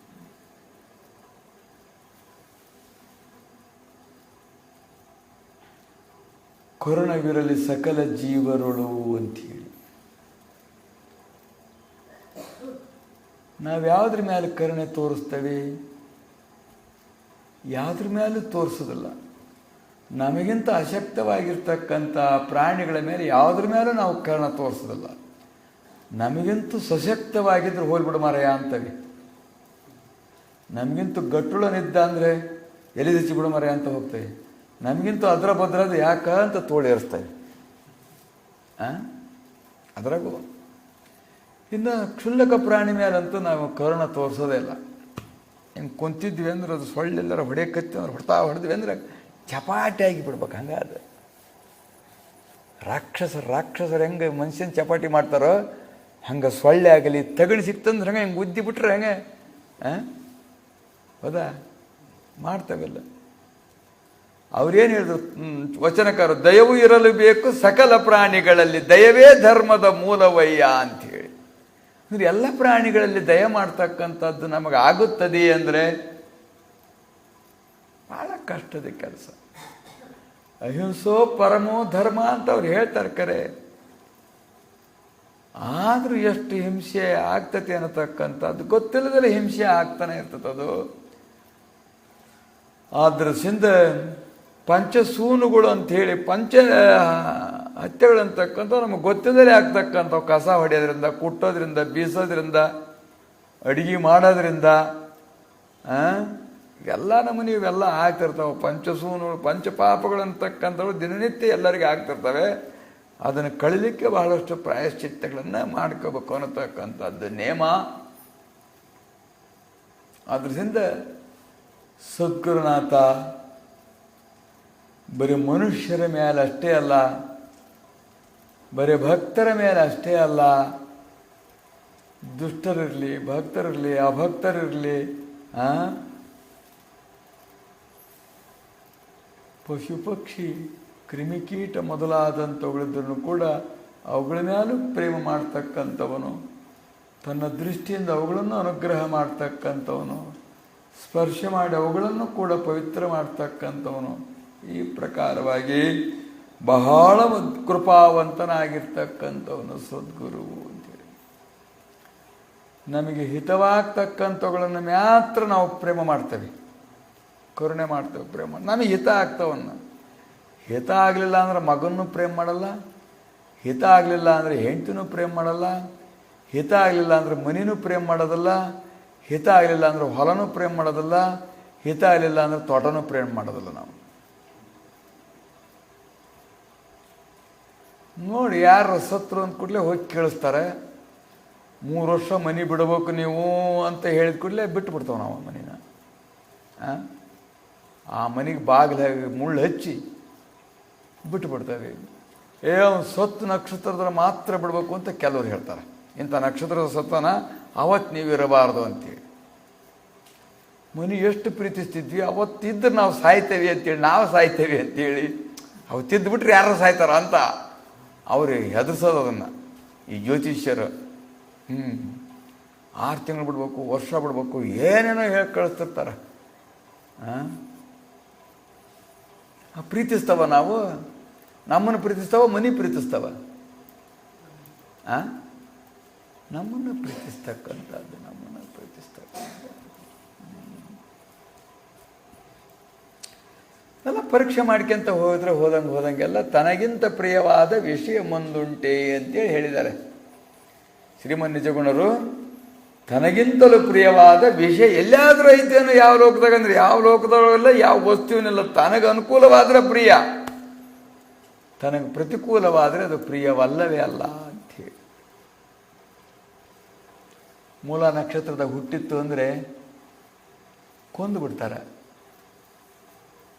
ಮೂಲ ನಕ್ಷತ್ರದಾಗ ಹುಟ್ಟಿಬಿಟ್ಟತ್ತು, ಮೊದಲನೇ ಪಾದದಾಗ ಹುಟ್ಟಿಬಿಟ್ಟತ್ತು, ತಂದಿನಾರ ಸಾಯ್ತಾನ ತಾಯಿನಾರ ಸಾಯ್ತಾರ ಅಂದ್ರೆ ಕೊಂದು ಬಿಡ್ತಾರೆ. ಅಷ್ಟೇ ಯಾಕೆ ಇದೆ, ಇದು ಭಾಳ ದಿವಸ ಆಗಿಬಿಟ್ಟತಿ, 10 ತಿಂಗಳಾಗ್ಬಿಟ್ಟತಿ, ಇಷ್ಟೊತ್ತಿಗೆ ಆಗ್ಬೇಕಾಗಿತ್ತು, ಇದನ್ನ ಹಿಂಗೆ ಬಿಟ್ಟರು ತಾಯಿ ಸಾಯ್ತಾಳ, ತಾಯಿ ಬೇಕೋ ಮಗು ಬೇಕು ಅಂತ ಡಾಕ್ಟ್ರ್ ಕೇಳ್ತಾರೆ. ತಾಯಿ ಬೇಕೋ ಮಗು ಬೇಕು ಅಂತೇಳಿ. ಹೆಂಡತಿ ಮೇಲೆ ಪ್ರೇಮಲ್ಲ, ಸತ್ರ ಸಾಯಲಿ ಮತ್ತೊಂದು ಬರ್ತತಿ, ತಾಯಿ ಅಕ್ಕಿನ ಬಸ್ಬಿಡಪ್ಪ ತಾಯಿನ ಅಂತ ಹೇಳ್ತಾನೆ ಅಂತಾನಿಲ್ಲ. ಹೀಗೆ ಆತ್ಮನಸ್ತು ಕಾಮಾಯ ಸರ್ವಂ ಪ್ರಿಯಂ ಭವತಿ ಅಂಥೇಳಿ ಆತ್ಮನಿಗೋಸ್ಕರವಾಗಿ ಎಲ್ಲವೂ ಪ್ರಿಯವಾಗಿ ತೋರ್ತವೆ ಹೊರತು ನಮಗೋಸ್ಕರವಾಗಿ ಅವೆಲ್ಲ ಪ್ರಿಯವಾಗಿ ತೋರ್ತವೆ ಹೊರತು ನಾವು ಅವುಗಳಿಗೋಸ್ಕರವಾಗಿಲ್ಲ, ನಾವು ಅವುಗಳಿಗೋಸ್ಕರವಾಗಿಲ್ಲ, ಅವು ನಮ್ಮಗಳಿಗೋಸ್ಕರವಾಗಿಲ್ಲ. ನಮ್ಮ ಪ್ರೇಮ ಇತ್ತು ಅಂದ ಮಾತ್ರ ಅದು ನಮ್ಮ ಪ್ರೇಮ ಆಗತ್ತೆ. ನಮ್ಗೆ ಅನುಕೂಲವಾಗಿದ್ದರೆ ಮಾತ್ರ, ಅನುಕೂಲವಾಗಿದ್ದರೆ ಮಾತ್ರ, ಇನ್ನಿಲ್ಲವೇ ಇಲ್ಲವೇ.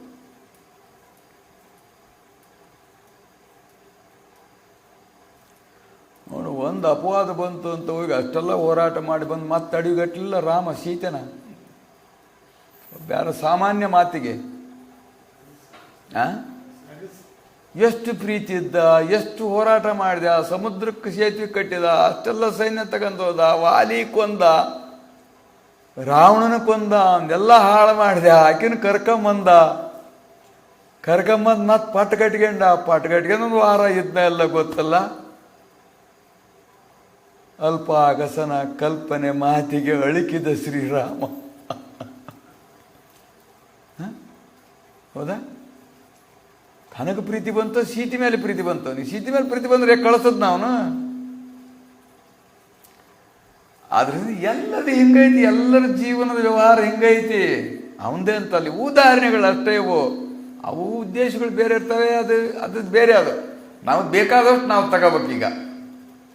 ಭಾಳಷ್ಟು ಇರ್ತದೆ ತಗೊಂಡು ನಾವೇನು ಮಾಡೋಣಪ್ಪ, ನಾವಿಟ್ರೆ ಸಾರು ಎಷ್ಟು, ನಾವಿಟ್ರೆ ಅನ್ನ ಎಷ್ಟು, ಅದಕ್ಕೆ ಒಗ್ಗರಣೆ ಎಷ್ಟು ಹಾಕ್ಬೇಕು, ಅಷ್ಟು ಸಾಮಾನು ತಗೊಂಡು ಹಾಕ್ಯಬೇಕು ಅಷ್ಟೇ. ಅದು ಹಿನ್ನೆಲೆ ಬಂದಲ್ಲಿ ನಮಗೆ ಹತ್ತಬೇಕು ಅದನ್ನು ಅಷ್ಟು ತಗೊಂಡು ನಾವೇ ಮಾಡೋಣ. ಸ್ವಲ್ಪ ನಮ್ಗೆ ಬೇಕಾಗಿರೋದು ಎಷ್ಟು. ಆದ್ರ ದೃಷ್ಟಿಯಿಂದ ನಿಜವಾದ ಪ್ರೀತಿ, ನಿಸ್ವಾರ್ಥ ಪ್ರೀತಿ, ಸತ್ಯ ಪ್ರೀತಿ, ನಿತ್ಯ ಪ್ರೀತಿ ಮಾಡ್ತಕ್ಕಂಥವನಂದ್ರೆ ಸದ್ಗುರುವು. ಅವನು ಹೊರತಾಗಿ ಯಾರೂ ಮಾಡ್ತಕ್ಕಂಥವ್ರು ಇಲ್ಲವೇ ಇಲ್ಲ. ಅರ್ಥಭೂತದವರಿಗೆ ಇಷ್ಟ ಅರ್ಥಗಳನ್ನು ಕೊಡುವಂಥವನು ಅರ್ಥಭೂತದಾಗಿರ್ತಕ್ಕಂಥವ್ನು.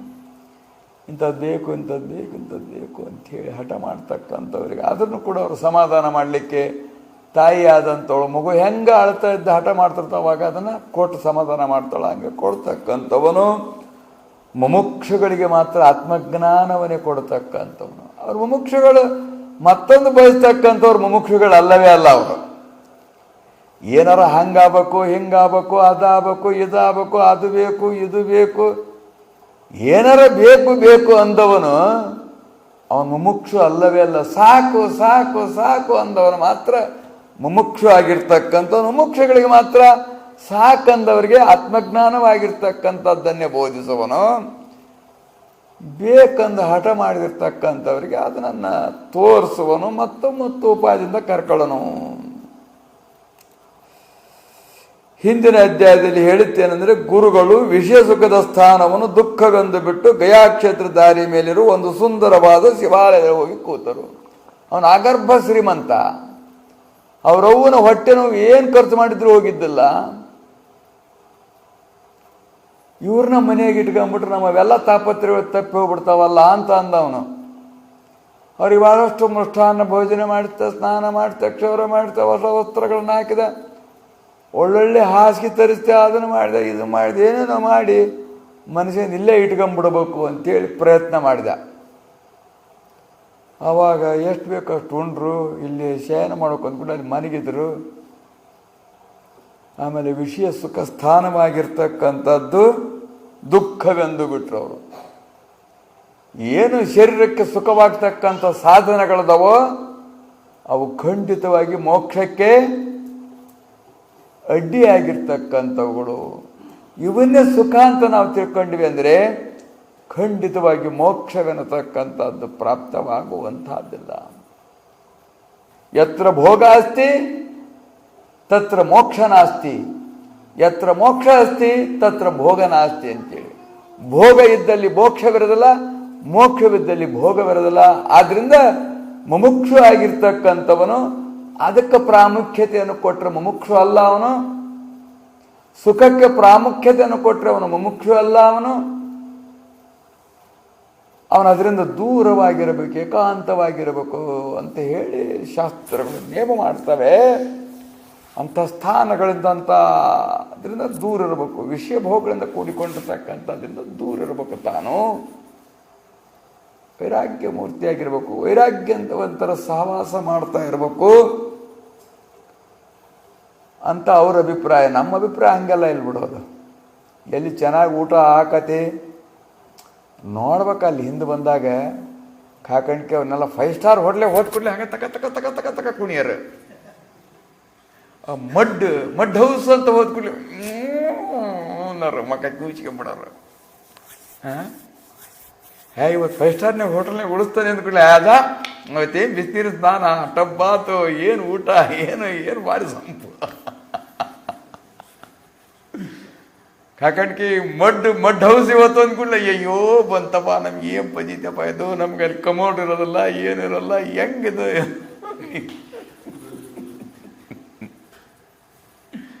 ಅಂದ್ರೆ ನಾವು ಏನು ಇಚ್ಛೆ ಮಾಡ್ತೇವೆ ಅಂದರೆ ನಮ್ಮ ಒಳಗೆ ಏನು ಇಚ್ಛೆ ಐತಿ, ನಮ್ಮ ಸಂಸ್ಕಾರ ಏನೈತಿ ಅಂದರೆ ಅದನ್ನ ಬಯಸ್ತದ ಹೊರತು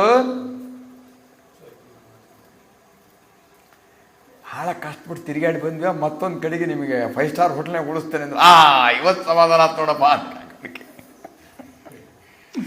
ಹಂಗೆ ಹಿಂಗೂ ಒಳಗೆ ಹೋದ್ವಿ. ಭಾರಿ ಖುಷಿಯಾಗಿದ್ರಿ ಎಲ್ಲರೂ, ಭಾಳ ಸಂತೋಷವಾಗಿದ್ದಿರಲ್ಲ ಇವತ್ತು ಅಂದ್ವಿ. 5 ಸ್ಟಾರ್ ಹೋಟ್ಲ್ ಇವತ್ತು ಅಂತಂದ್ರು. ಆಮೇಲೆ ಅವರು 6 ಗಂಟೆ ಮಟ್ಟ ನೀರು ಬರಲ್ಲ ಅಂದವನು. ಅದ್ರ ಮೇಲೆ 9 ಗಂಟೆಗೆ ಕ್ಲೋಸ್ ಅಂದ. ಕೆಲಸ ಕೆಡ್ತು ಅಂದ ಕಾಕಣಿಕೆ. ಭೀಮ ಸ್ನಾನ ಹೋಗ್ಬಿಡ್ತಪ್ಪ. ಹಂಗೂ ಹಿಂಗೆ ಏನೋ ಮಾಡಿ ಗುದ್ದಾಡಿ ಇವನೊಬ್ಬನ ಮಾಡಿದ. ಮಂದಿ ಹೆದರ್ಸ್ಕೊಂಡು ಇನ್ನೊಳ್ಕೆರಿಗೆ ಅಂತ ಅವಕಾಶ ಆಗಲೇ ಅಲ್ಲ. ಸರಿ ಇಲ್ಲದ ಇದು ಅಂದ. ಹೇಳುವ ತಾತ್ಪರ್ಯ ಏನು ಅಂದರೆ ನಮ್ದು ಏನು ಅಪೇಕ್ಷೆ ಒಳಗೈತಿ ಅಂದ್ರೆ ಇದನ್ನ ಅಪೇಕ್ಷೆ ಮಾಡ್ತಿರ್ತಾವ ನಾವು. ಬರೀ ಹೊರಗಿನ ಸುಖ, ತಿನ್ನೋದು, ನೋಡೋದು, ಕುಡಿಯೋದು, ಮಾಡೋದು, ಇಂಥವು ಏನೇನದವಲ್ಲ ಇದನ್ನೇ ವಿಚಾರ ಮಾಡ್ತಿರ್ತಾರೆ. ಅದನ್ನ ಅಪೇಕ್ಷೆ ಮಾಡಿ ಅದನ್ನ ಹೊಂದಲಿಕ್ಕೆ ಇಚ್ಛೆ ಪಡ್ತಾ ಹೊರತು ಮನಸ್ಸು ಆದಷ್ಟು ವಿರಕ್ತಿ, ತ್ಯಾಗ, ಸಂಯಮ, ತಿತಿಕ್ಷೆ ಅನ್ನತಕ್ಕಂಥದ್ದು ಅದ್ರ ಕಡೆಗೆ ಲಕ್ಷ್ಯ ಕೊಡೋದಿಲ್ಲ, ಸಂತೋಷ ಪಡೋದಿಲ್ಲ. ಅದು ಅದನ್ನ ಕಂಡಾಗ ಅಷ್ಟ ಸಂತೋಷ ಪಡ್ತತಿ. ಇದನ್ನ ಕಂಡ ಸಂತೋಷ ಪಡ್ತಕ್ಕಂಥದ್ದಾಗುವುದಿಲ್ಲ.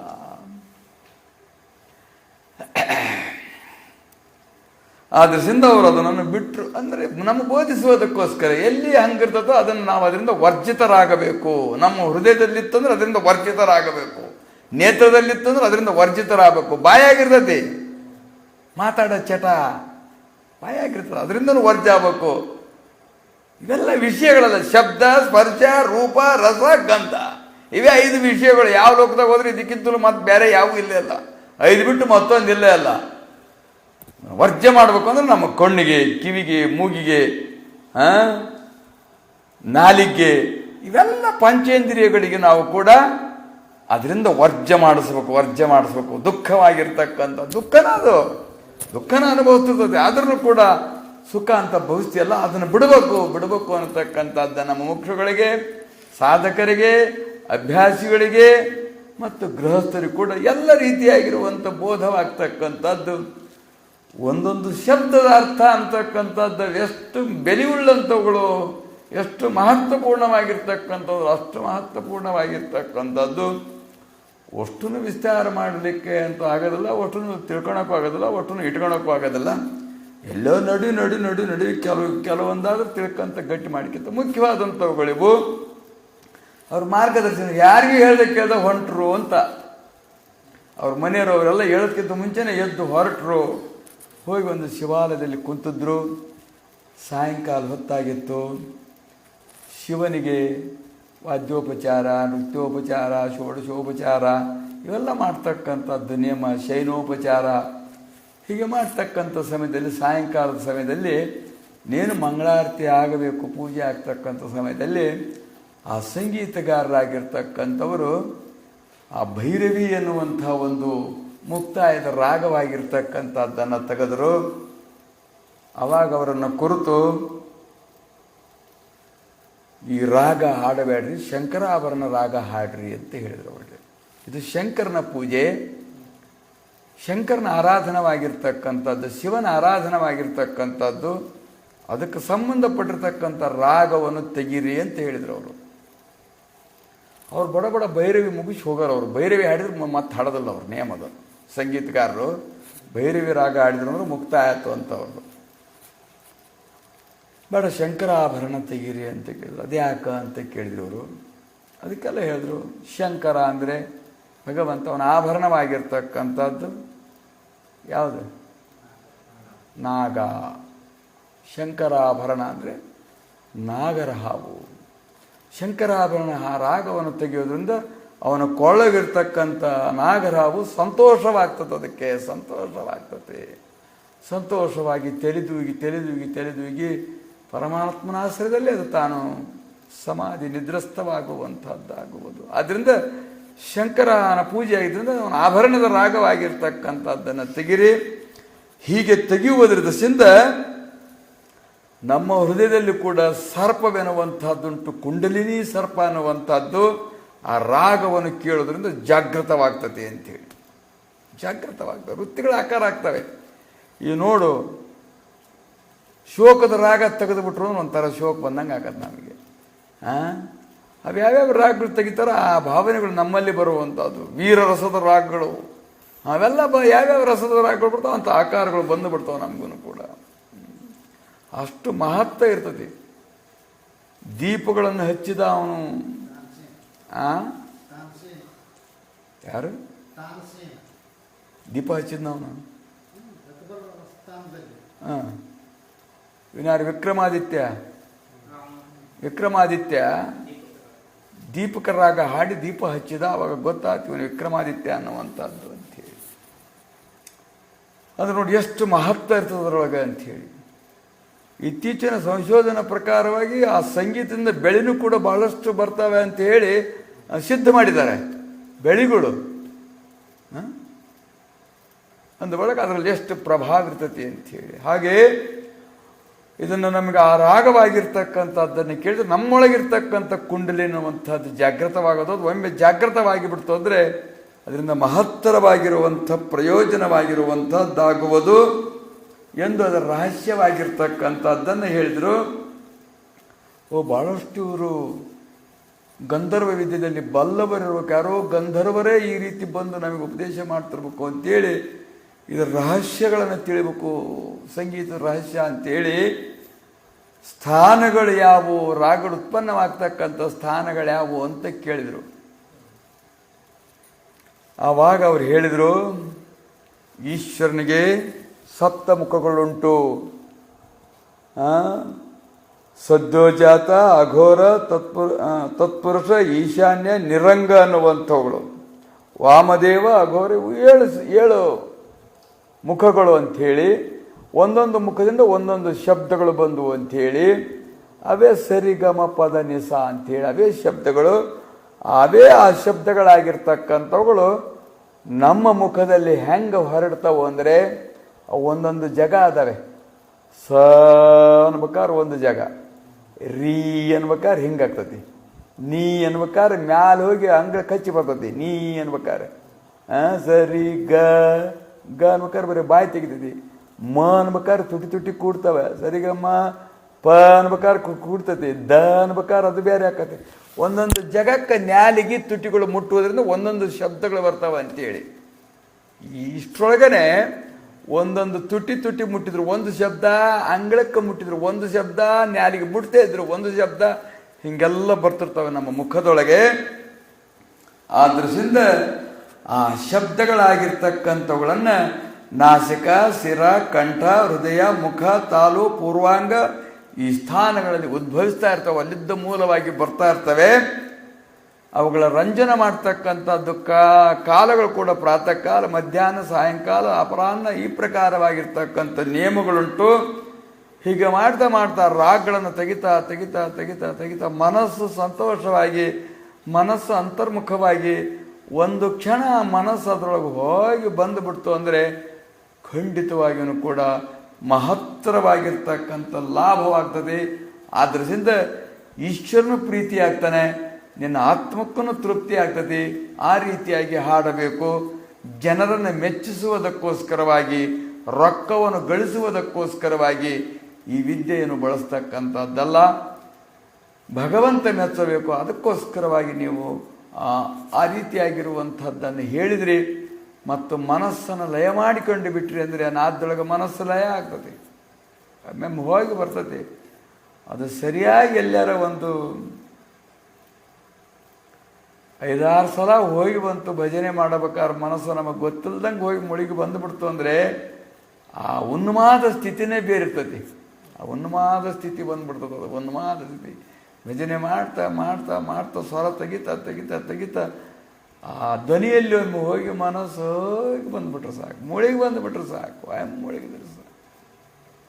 ಆ ಉನ್ಮಾದ ಸ್ಥಿತಿ ಅನ್ನುವಂಥದ್ದು ಆ ಆತ್ಮಾನಂದಲ್ಲಿ ಹೋಗಿ ಮುಳುಗಿ ಬಂದಿರತಕ್ಕಂಥ ವೃತ್ತಿಗಳು ಕೂಡ ಅದೇ ಇರ್ತಕ್ಕಂಥದ್ದಾಗುವುದು. ಆದ್ದರಿಂದ ನಾವು ಸಾಧ್ಯವಾದಷ್ಟು ಸುಸ್ವರದಿಂದ ಆ ನಾದವನ್ನು ತೆಗೆದು ಭಜನೆ ಮಾಡಿ ಸ್ತೋತ್ರ ಮಾಡಿ ಅದು ಹೋಗಿ ಹಿಂಗೆ ಬರ್ಬೇಕಾದದು. ಹೋಗಿ ಸುಮ್ಮನೆ ಹೇಳೋದಲ್ಲ, ಅದು ಜನರು ಯಾರೋ ತಿಳ್ಕೊಳ್ಳಿ ಅಂತ ಅಲ್ಲ, ನಮ್ಮೊಳಗೆ ಹೋಗೋಕ್ಕೋಸ್ಕರವಾಗಿ ನಾವು ಆ ರೀತಿಯಾಗಿ ಮಾಡ್ತಾ ಇದ್ವಿ. ಅದನ್ನು ಕಲಿಸ್ಕೋಬೇಕು. ನಮ್ಮ ವೃತ್ತಿ ಹಂಗೆ ಬರೋದಿಲ್ಲ, ಅದು ಒಳಗೆ ಹೋಗಿ ಬರ್ತಕ್ಕಂಥದ್ದನ್ನು ರೂಢಿ ಮಾಡಬೇಕು. ಒಳಗೆ ಹೋಗಿ ಬರ್ತಕ್ಕಂಥದ್ದು ರೂಢಿ ಇದ್ದವರಿಗೆ ಬಹಳಷ್ಟು ಸಂತೋಷವಾಗ್ತದೆ. ಸಂಗೀತ ಕೇಳಿದರೆ, ಶಿವನ ಭಜನೆ ಕೇಳಿದರೆ, ಗುರು ಭಜನೆ ಕೇಳಿದರೆ ಬಹಳಷ್ಟು ಸಂತೋಷ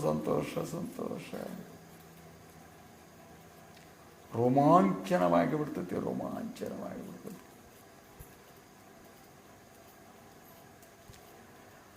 ಹಾಗೆ ಆಗ್ಬೇಕಾದ್ರೆ ಆ ಯೋಗ್ಯತೆಯನ್ನು ಬಹಳಷ್ಟು ದಿವಸ ಅಭ್ಯಾಸ ಮಾಡಿ ಇದ್ದಾಗ ಮಾತ್ರ ಅದು ತಾನಾಗುವಂತಹದ್ದಾಗುವುದು.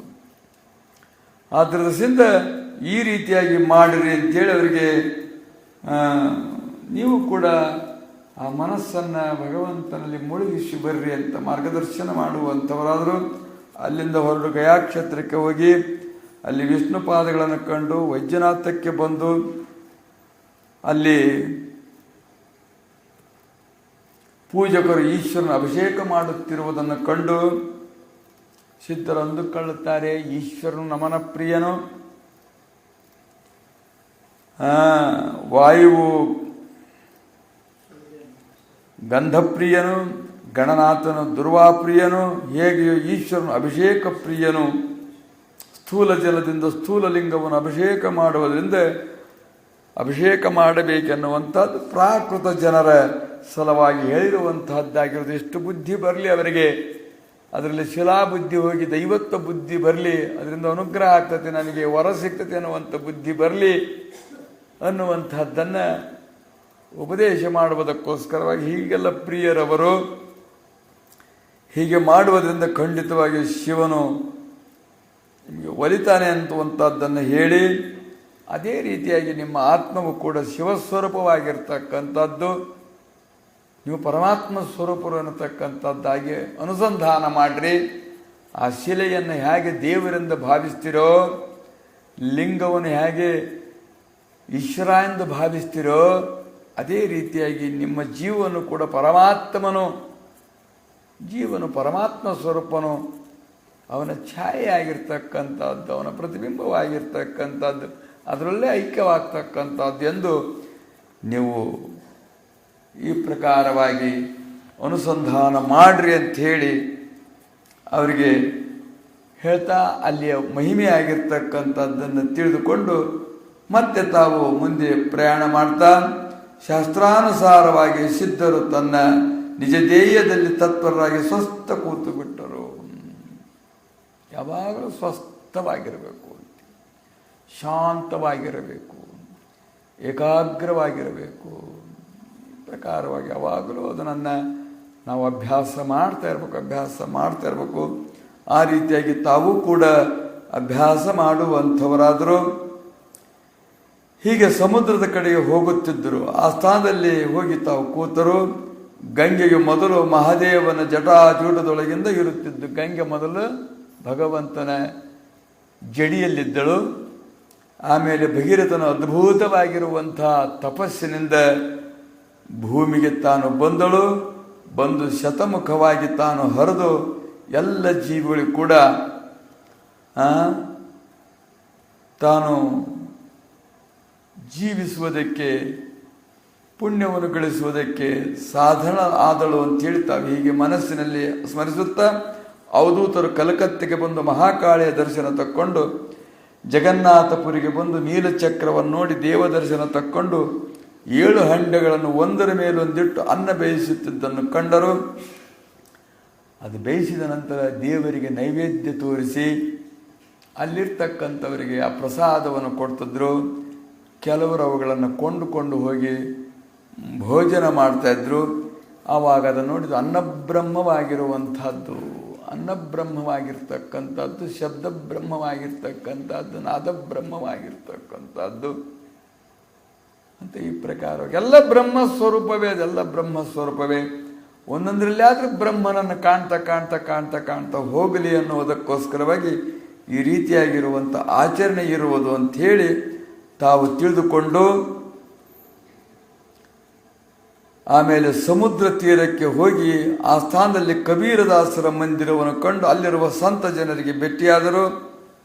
ಅವರೆಲ್ಲರಿಗೂ ಆ ರಾಮನಾಮದ ಮಹಿಮೆ ಅನ್ನತಕ್ಕಂಥದ್ದು ಅತ್ಯಂತ ಶ್ರೇಷ್ಠವಾಗಿರ್ತಕ್ಕಂಥದ್ದು, ಅದಕ್ಕಿಂತಲೂ ಹೆಚ್ಚು ಮತ್ತೊಂದಿಲ್ಲವೇ ಇಲ್ಲ ಎಂದು ಅದರ ಮಹಿಮೆಯಾಗಿರ್ತಕ್ಕಂಥದ್ದನ್ನು ಹೇಳ್ತಾ ವಾಲ್ಮೀಕಿ ಮಹರ್ಷಿಗಳಾಗಿರ್ತಕ್ಕಂಥವ್ರು ರಾಮಾಯಣವನ್ನು ಬರೆದು ಒಯ್ದಾಗ ಅವುಗಳನ್ನು 3 ಭಾಗ ಮಾಡಿ ಸ್ವರ್ಗಕ್ಕೊಂದು, ಭೂಲೋಕಕ್ಕೊಂದು, ಮತ್ತೊಂದು ಲೋಕಕ್ಕೊಂದು ಕಳಿಸಿದ ಆ ಭಾಗಗಳನ್ನು ಆ ಜನರು ಉದ್ಧಾರ ಆಗುವುದಕ್ಕೋಸ್ಕರವಾಗಿ ಅದರ ಸಾರವಾಗಿರ್ತಕ್ಕಂಥ ರಾಮ ಮಂತ್ರವಾಗಿರ್ತಕ್ಕಂಥದ್ದನ್ನು ಮಾತ್ರ ತಾನಿಟ್ಟುಕೊಂಡು ಯಾವಾಗಲೂ ರಾಮ ರಾಮ ರಾಮ ರಾಮ ಅಂತಿರುವನು ಅಂತೇಳಿ.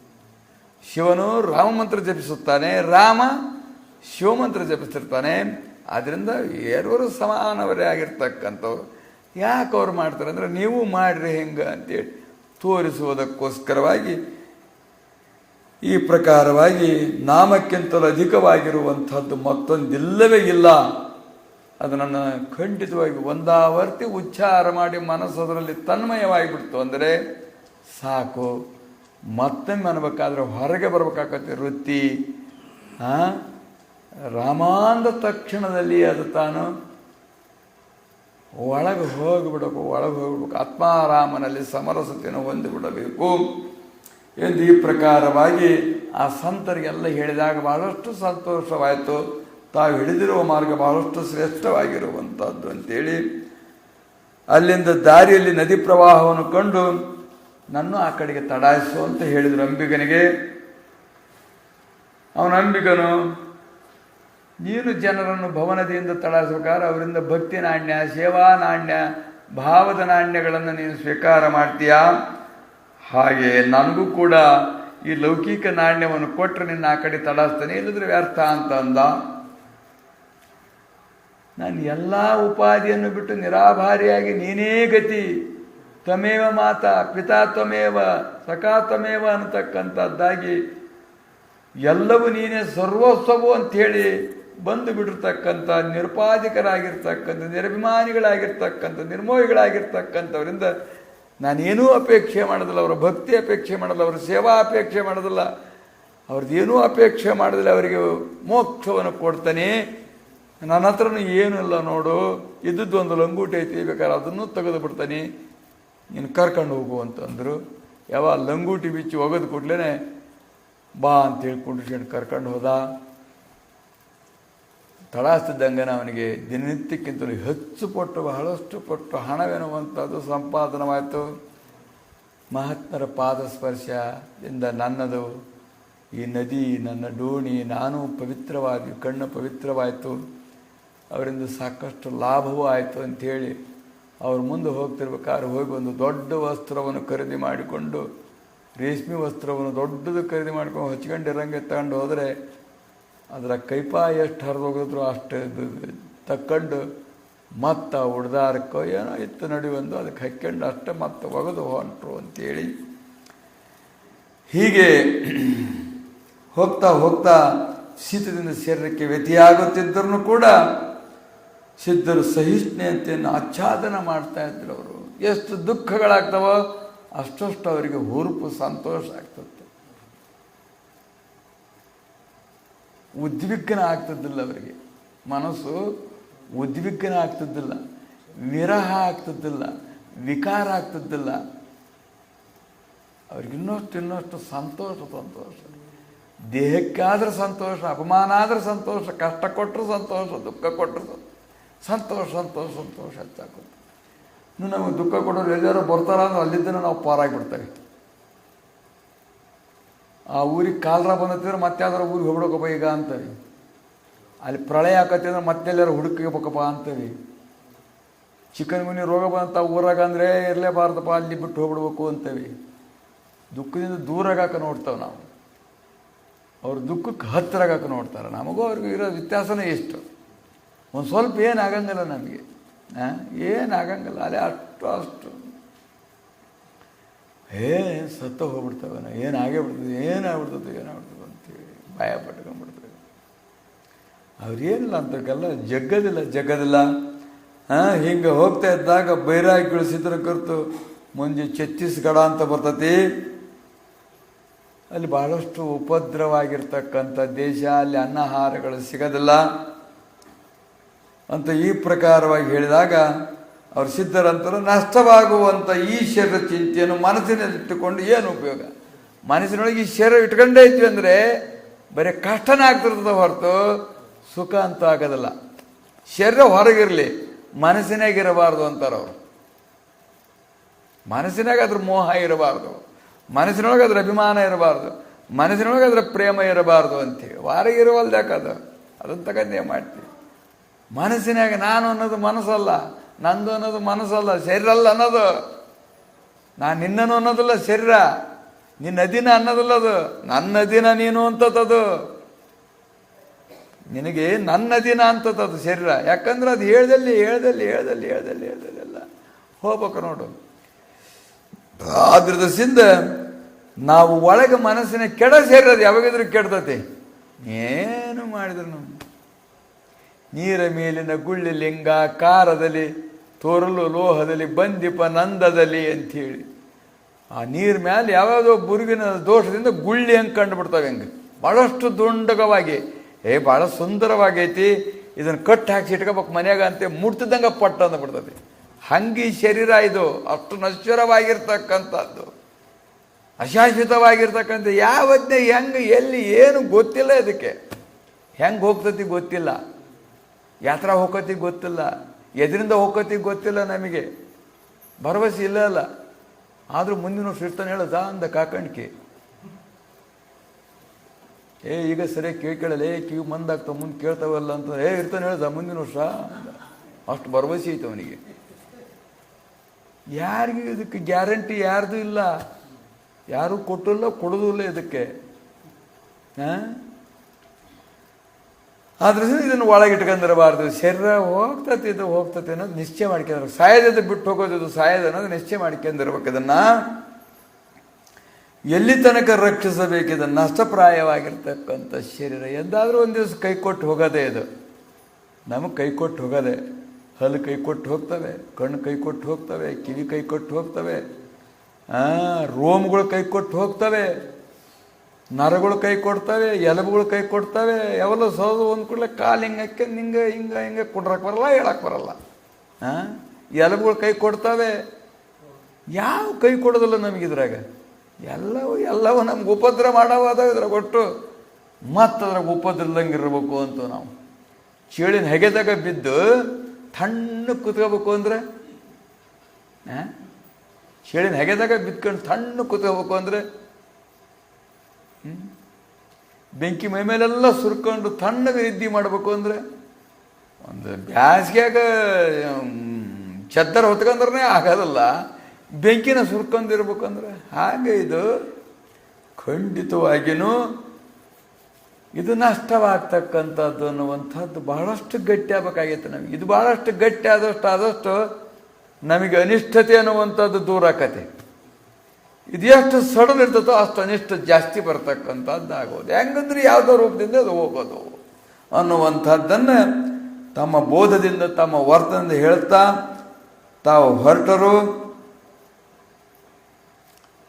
ಆದ್ದರಿಂದ ದರ್ಪಣದೊಳಗೆ ನಾವು ಎಂತೆಂಥ ಆಕಾರವಾಗಿ ನೋಡ್ಕೊಂತವ ಆ ರೀತಿಯಾಗಿ ಕಾಣ್ತತಿ. ನಾಲಿಗೆ ಕಣ್ಣು ಕಿಸ್ಕೊಂಡು ನೋಡಿಬಿಟ್ಟಿವಿ ಅಂದ್ರೆ ಹಂಗೆ ಕಾಣ್ತದೆ ಅದು ದರ್ಪಣದೊಳಗೆ. ಯಾವ್ದಾರ ಒಂದು ದೊಡ್ಡ ರಾಕ್ಷಸನ ಮುಖವಾಡ ಹಾಕ್ಯಂಡು ನೋಡ್ಕೊಂಬಿಟ್ವಿ ಅಂದ್ರೆ ಹಂಗೆ ಕಾಣ್ತತಿ. ಆ ಮುಖವಾಡ ತೆಗೆದು ನೋಡಿದ್ರೆ ಶುದ್ಧವಾಗಿ ಕಾಣ್ತತಿ. ಹಂಗೆ ಇವೆಲ್ಲ ಮುಖವಾಡಗಳಿದ್ದಂತೆ, ಇವು ರಾಕ್ಷಸನ ಮುಖವಾಡಿದ್ದಂತೆ. ಇವುಗಳನ್ನ ಹಾಕ್ಯಂತ ನಮ್ಮ ದರ್ಪಣದೊಳಗೆ ನೋಡಿದ್ವಿ, ನಮ್ಮ ಅಂತಃಕರಣ ದರ್ಪಣದ ನೋಡಿ ಭಯ ಆಕತ್ತೆ ನಮಗೆ. ಅಯ್ಯೋ ನಾವು ಸಾಯ್ತೇವೆ, ಅಯ್ಯೋ ನಮಗೆ ರೋಗ ಬರ್ತೈತೆ, ಅಯ್ಯೋ ನಮಗೆ ಅದಾಕತಿ, ನಮ್ಗೆ ಇದಾಕತಿ. ಆದ್ದರಿಂದ ನಿನ್ನ ಆತ್ಮವಾಗಿರ್ತಕ್ಕಂಥದ್ದನ್ನು ನೋಡು, ನೀನು ದರ್ಪಣದೊಳಗೆ ಖಂಡಿತವಾಗಿ ಸುಖವೆನ್ನುವಂಥದ್ದಾಗುವುದು ಎಂದು ಅವರಿಗೆ ತಿಳಿಸಿ ಅವರ ಆ ಪ್ರಕಾರವಾಗಿ ಹೋಗಬೇಕಾದ್ರೆ ಬಹಳಷ್ಟು ಕಪಿಗಳು ಇರ್ತಕ್ಕಂಥ ಸ್ಥಾನವಾಗಿರ್ತಕ್ಕಂಥದ್ದು. ಕಪಿಗಳೆಲ್ಲ ಹಿಡಿದು ತಿಂದು ಹರಿದು ಫಜೀತಿ ಮಾಡ್ತವೆ ಅಂತೇಳಿ ಅಲ್ಲಿ ಹೋಗಿ ಬಂದಿರತಕ್ಕಂಥ ಅನುಭವಿಕರು ಹೇಳಿದರು. ಅವೇನಿರ್ತಲ್ಲಿ ಏನು ವಸ್ತುಗಳೆಲ್ಲ ಕೈಯಾಗೆಲ್ಲ ಕಾಲಾಗೆಲ್ಲ ಉಡಾಕಿಲ್ಲ, ಉಣ್ಣಾಕಿಲ್ಲ, ಏನಿಲ್ಲ. ಹಿಂಗೆ ದಿಗಂಬರವಾಗಿ ಹೋಗ್ತಾ ಇದ್ದಾಗ ಆ ಕಪಿಗಳೆಲ್ಲ ಇದು ಯಾವುದೋ ಒಂದು ಪ್ರಾಣಿನೋ ಅಂತ ಬಂದು ಹತ್ತಿರ ನೋಡ್ತಿದ್ವು ಅಂತ ಸುಮ್ಮನೆ ಹೋಗೋದು. ತಿನ್ನಪ್ಪನ್ನ ಹಿಡ್ಕೊಂಡ್ರೆ ಕಸ್ಕೊಂತವ, ಕಡಿತಾವ, ಗುರ್ರಂತವು. ಏನಿಲ್ಲ ಅಂದರೆ ಅದು ನಮ್ಮಂಥದ ಅಂತಂದ್ರೆ ಸುಮ್ಮನೆ ಹೋದ್ರು ಅವರು. ಈ ಪ್ರಕಾರವಾಗಿ ಸಂಸಾರ ಮಾಡ್ತಾ ಮಾಡ್ತಾ ಮುಂದೆ ಸಿಂಹಾಚಲಕ್ಕೆ ಹೋಗಿ ನರಸಿಂಹ ದೇವಾಲಯವನ್ನು ಕಂಡು ಅಲ್ಲಿ ಸಿದ್ಧರು ಸದ್ವಾಸನಯುಕ್ತವಾದ ಮನಸ್ಸು ದೇವರಿಗೆ ಪ್ರತ್ಯಕ್ಷ ನೋಡುವುದು. ಅಲ್ಲಿ ಗಂಧ ಪ್ರೋಕ್ಷಣ ಮಾಡ್ತಾ ಇದ್ರು, ಸುಗಂಧವಾಗಿರ್ತಕ್ಕಂಥದ್ದು. ಇದರ ತಾತ್ಪರ್ಯವೇನು ಅಂದರೆ ಸದ್ವಾಸನೆ ಇತ್ತು ನಮ್ಮ ಮನಸ್ಸಿನಲ್ಲಿ ಅಂದರೆ ಭಗವಂತ ಪ್ರೀತಿ ಆಗ್ತಾನೆ, ಅದನ್ನು ತೋರಿಸುವುದಕ್ಕೆ ಅಂತೇಳಿ ಹೊರಗೆ ಬಂದು ಗೋಮುಖ ತೀರ್ಥ ಬಳಿ ಕ್ಷಣವತ್ತು ಕೂತಿರಲು ಸಿದ್ಧನಾಥರು ಜನರ ಕೋಲಾಹಲ ಧ್ವನಿ ಅನ್ನುವಂಥದ್ದು ಕೇಳಿದ್ರು. ಬಹಳಷ್ಟು ಮಂದಿ ಕೂಡಿಕೊಂಡು ಬಹಳಷ್ಟು ಧ್ವನಿ ಮಾಡ್ತಾ ಅಳ್ತಾ ಕರಿತಾ ಅವನಿಗೇನೇನೋ ಬುದ್ಧಿವಾದ ಹೇಳ್ತಾ ಈಗ ಬಹಳಷ್ಟು ಗಾಬರಿ ಮಾಡಕತ್ತಿದ್ರು. ಏನದಂತ ಕೇಳಿದ್ರು. ಅಲ್ಲೊಬ್ಬ ಮಾರ್ವಾಡಿ ಆಗಿರ್ತಕ್ಕಂಥವನಿಗೆ ಸೀಮೆ ಎಣ್ಣೆ ಸುರ್ಕೊಂಡು ಬೆಂಕಿ ಹಚ್ಕೊಂಡ್ರೆ ಹೆಂಗೆ ಉರಿ ಆಗ್ತತ್ತೋ ಆ ನಮನಿ ಉರಿ ಆಗದಂಥವನಿಗೆ. ನಖಶಿಕಾಂತರವಾಗಿ ಉರಿ ಅಂದರೆ ಹಗಲು ರಾತ್ರಿ ಉರಿದು ಬೆಂಕಿ ಇಟ್ಕೊಂಡಷ್ಟೇ ಉರಿ ಅವನಿಗೆ ದುಃಖ. ಭಾಳಷ್ಟು ಉಪಚಾರ ಮಾಡಿದಂತೆ ಯಾವ ಉಪಚಾರಗಳು ಯಾವ ಔಷಧಿಗಳು ಏನೂ ತನ್ನ ಶ್ರೀಮಂತಿಗೆ ಅರ್ಧ ಭಾಗ ಕಳ್ಕೊಂಡಂತೆ. ಶ್ರೀಮಂತಿಗೆ ಅರ್ಧ ಭಾಗ, ಮುಕ್ಕಾಲು ಭಾಗ ಹೋತಂತ ತಾನು ಸರಿಯಾಗಕ್ಕದೊಂದು ಉರಿ ಕಡಿಮೆ ಮಾಡ್ಕೊಳಕ. ಕರ್ಮದ ಉರಿ ಹೆಂಗಿರ್ತತಿ ಅಂತ ಹೇಳಕ್ಕೆ ಬರೋದೇ ಇಲ್ಲ, ಪಾಪದ ಉರಿ ಹೆಂಗಿರ್ತತಿ ಅಂತ ಹೇಳಕ್ಕೆ ಬರೋದೇ ಇಲ್ಲ. ಅವಾಗ ಅವನು ಇನ್ನೇನು ಮಾಡಿದ್ರು ಇದು ಬಿಟ್ಟು ಹೋಗೋದಿಲ್ಲ ನನಗೆ, ಖಂಡಿತವಾಗಿ ಸಾಯೋದೊಂದೇ ಮಾರ್ಗ, ಸಾಯೋದೊಂದೇ ಮಾರ್ಗ. ಹೆಂಗಸರು ನಿರ್ಣಯ ಮಾಡೋದಲ್ಲ, ಏನು ಮಾಡಿದ್ರು ಗಂಡ ಸರಿ ಹೋಗೋದಿಲ್ರಿ, ಏನು ಊರ್ಲಿ ಹಾಕ್ಕೊಂಬಿಡ್ಬೇಕು, ಇದ ಒಂದು ದಾರಿ ಅಂಥೇಳಿ. ಅದ್ಲಾಗ ತವ್ರ ಮನೆಯವರು ಸೇರೋದಿಲ್ಲ, ಇದ್ಲಾಗ ಗಂಡನ ಮನೆಯೂ ಸುಮ್ಮನಿರೋದಿಲ್ಲ. ಇವನು ಕುಟಾಗ ಇರೋದು ಕಷ್ಟ. ಇದ್ದು ತಾಳಿ ಮೂಗ್ಬಿಟ್ಟು ಅದು ಇದು ಎಲ್ಲ ಮಾರ್ಕೊಂಡು ಎಲ್ಲ ಖಾಲಿ ಮಾಡಿಬಿಟ್ಟದಾನ. ಇದ್ದ ಸೀರೆ ಪಾರಿ ಎಲ್ಲ ಮಾರ್ಕೊಂಡು ಉಣ್ಣಕ್ಕೆ ಅಕ್ಕಿಲ್ಲ, ಉಂಡಿಲ್ಲ, ಮಕ್ಕಳು ಅಂತವೆ, ಇವನು ಹೋಗಿ ಅನ್ಕೊಂತ ಬರ್ತಾನೆ. ಏನು ಮಾಡೋದು ಸರಿಯಪ್ಪ, ಈ ಜೀವ ಇಟ್ಕೊಂಡಿರೋದ್ಕಿಂತ ಸತ್ತು ಬಿಡೋದು ಸುಖ ಅಂತೇಳಿ ಅವ್ರು ನಿರ್ಣಯ ಮಾಡಿಬಿಡ್ತಾರೆ. ಅವರು ಸಾಯದ ಪಾಡು ಅಂತೇಳಿ ನಿರ್ಣಯ ಮಾಡಿ ಉರ್ಲೋ ವಿಷನೋ ಏನಾರು ಹಾಕ್ಯಂತಾರೆ. ಅವರು ಹಾಕ್ಯಂತಾರಲ್ಲ, ಈಗ ದಿವಸ ಹಾಕ್ಯಂತಾರೆ. ಹಂಗೆ ಅವನಿದು ಯಾರಿಂದಲೂ ಉಪದ್ರ ಹೋಗೋದಿಲ್ಲ ಅಂಥೇಳಿ ಸಾಯದ ಸರಿ ಅಂತೇಳಿ ಗುಡ್ಡದ ಮೇಲೆ ಹೋಗಿದ್ದ, ಕಾಲು ಕೈ ಕಟ್ಕೊಂಡು ಉಲ್ಟಿ ಬಿದ್ದುಬಿಟ್ರದು ಅಂತೇಳಿ, ಸತ್ತು ಬಿಡೋದು ಅಂತೇಳಿ. ಹಂಗೆ ಮಾಡಬೇಡ ಮಾರಾಯ, ಇನ್ನಷ್ಟು ದಿವಸ ಏನಾರು ದುಡ್ದು ಕೊಡ್ತೀಯ ಅಂತ ಹೆಂಡ್ರು ಮಕ್ಕಳು ಅಣ್ಣ ತಮ್ಮಳು ಏನಾರ ಮಾಡಿ ಬಿಡಿಸಾನ ಇವನ್ನ ಅಂತೇಳಿ ಭಾಳಷ್ಟು ಅವ್ರಿಗೆ ಬೇಕಾದ್ರೆ ಅವ್ರವ್ರು ಕುಡ್ಕೊಂಡು ದನಿ ಮಾಡ್ತಾಯಿದ್ರು. ಹಿಂಗೆ ಆತ್ಮಹತ್ಯೆ ಮಾಡ್ಕೊಳಕ್ಕೆ ಹೊಂಟದಾನ ಅಂತ ಅವ್ನು ಕರ್ಕೊಂಬರ್ರಿ ಅಂತ ಹೇಳಿದರು. ಕರ್ಕೊಂಬಂದ್ರು ಅಂತ ಕುಂತತ್ರ ಯಾರೋ ಮಹಾತ್ಮರದಾರ, ಏನಾರ ಮಾಡ್ಬೋದು, ಔಷಧಿ ಕೊಡ್ಬೋದು, ಇವರು ಮಂತ್ರಗಿಂತ್ರ ಮಾಡ್ಬೋದು, ಏನಾರ ಮಾಡ್ಬೋದು. ಭಾವಗಳು ಸಾಧುಗಳು ಮಾಡ್ತಿರ್ತಾರೆ, ಜ್ಯೋತಿಷ್ಯ ಹೇಳ್ತಿರ್ತಾರೆ, ಮೂಲಿಕೆ ಕೊಡ್ತಿರ್ತಾರೆ, ಮಂತ್ರ ಮಾಡ್ತಿರ್ತಾರೆ, ಯಂತ್ರ ಕಟ್ತಿರ್ತಾರೆ, ಏನೋ ಮಾಡೋದಕ್ಕೆ ಗೊತ್ತಿರ್ತದೆ ಜನರಿಗೆ. ಅದನ್ನು ಕೇಳೋದು. ನೀವೇನಾರು ಗಿಳ್ಕಿ ಹೇಳ್ತೀರಾ ಅಂತ ನಮ್ಮ ಹತ್ರ ಬಂದು ಕೇಳ್ತಾರೆ. ಇಲ್ಲ, ಅಲ್ಲಿ ಊರಾಗ ಅಲ್ಲಿ ಇಲ್ಲಿ ಅದರ ಹೋಗಿ ಒಂದು 5 ರೂಪಾಯಿನೋ 10 ರೂಪಾಯಿನೋ ಇಟ್ಟು ಕೇಳೋದು ಅಂತ ಹೇಳ್ತಾವೆ ನಾವು. ನಮ್ಗೆ ಹೇಳೋದು ಪಳೋದು ಏನೂ ಗೊತ್ತಿಲ್ಲ ಅಂತ. ಅಂದರೆ ಬರೋ ಜನ ಏನು ಅಂದರೆ ಸ್ವಾಮಿಗಳು ನೋಡಿ ಕೂಡಲೇ ಏನಂದ್ರೆ ಅವ್ರು ಏನಾರ ಮಾಡ್ತಾರೆ, ಮಾಟ ಮಾಡ್ತಾರೆ, ಮಂತ್ರ ಮಾಡ್ತಾರೆ, ಔಷಧಿ ಕೊಡ್ತಾರೆ, ದಾರ ಕಟ್ತಾರೆ. ಇದೊಂದು ಮಗಳು ಭಾಳ ಒಯ್ಕೆಂದತಿ ದಾರ ಮಂತ್ರಿಸಪ್ಪ ಅಂತ ಬರ್ತಾರೆ. ನಮ್ಮ ತಲೆ ಬರ್ತಾರೆ, ನಿಂಬೆಹಣ್ಣು ಮಂತ್ರಿಸ್ಕೊಡಪ್ಪ ಅಂತ ಬರ್ತಾರೆ. ಆಯ್ತಾಗ ಏನು ತಾತ್ಪರ್ಯ ಏನಂದ್ರೆ ಸ್ವಾಮಿಗಳಂದರೆ, ಸಾಧುಗಳಂದರೆ, ಋಷಿಗಳಂದರೆ ಇಂಥ ಮಾಟ ಮಂತ್ರ ಮದ್ದು ಮಾಡ್ತಕ್ಕಂಥವ್ರು, ಔಷಧಿ ಕೊಡೋರು, ಏನೋ ಮಾಡ್ಬೋದು ಇವರು ಅಂತೇಳಿ ಅವನು ತಿಳ್ಕೊಂಡು ಅವನು ಕರ್ಕೊಂಬಂದರು. ಆವಾಗ ಅವನಿಗೆ ಆ ಕ್ಷೇತ್ರದ ಮಹಿಮೆ, ಆ ತೀರ್ಥದ ಮಹಿಮೆ ಅವನ್ನೆಲ್ಲ ಹೇಳಿ ವಿಶ್ವಾಸಕ್ಕೆ ತಂದ್ಕೊಂಡವನ್ನ. ಇದರಿಂದ ಖಂಡಿತವಾಗಿ ಎಂತೆಂಥ ರೋಗಗಳು ಹೋಗಿದ್ದಾವೆ, ನಿನ್ನದೆಲ್ಲ ಏನು ಮಹಾರೋಗ ಅಂತ ನರಸಿಂಹ ತೀರ್ಥವಾಗಿರ್ತಕ್ಕಂಥದ್ದು, ಇದರಿಂದ ಖಂಡಿತವಾಗಿ ನೀನು ಒಳ್ಳೇದಾಕತಿ ಅಂತೇಳಿ ಅವ್ನು ಮೊದಲಷ್ಟು ಮನಸ್ಸು ಸಮಾಧಾನ ಮಾಡಿ ಕರ್ಕೊಂಡು ತಾವೇ ಅವನು ನೀರ ನಿಂದ್ರಿಸಿ ತಮ್ಮ ಕೈಯಿಂದಲೇ ತಾವು ಅವನು ತೆನೆ ಮೇಲೆ ನೀರು ಹಾಕಿದರು.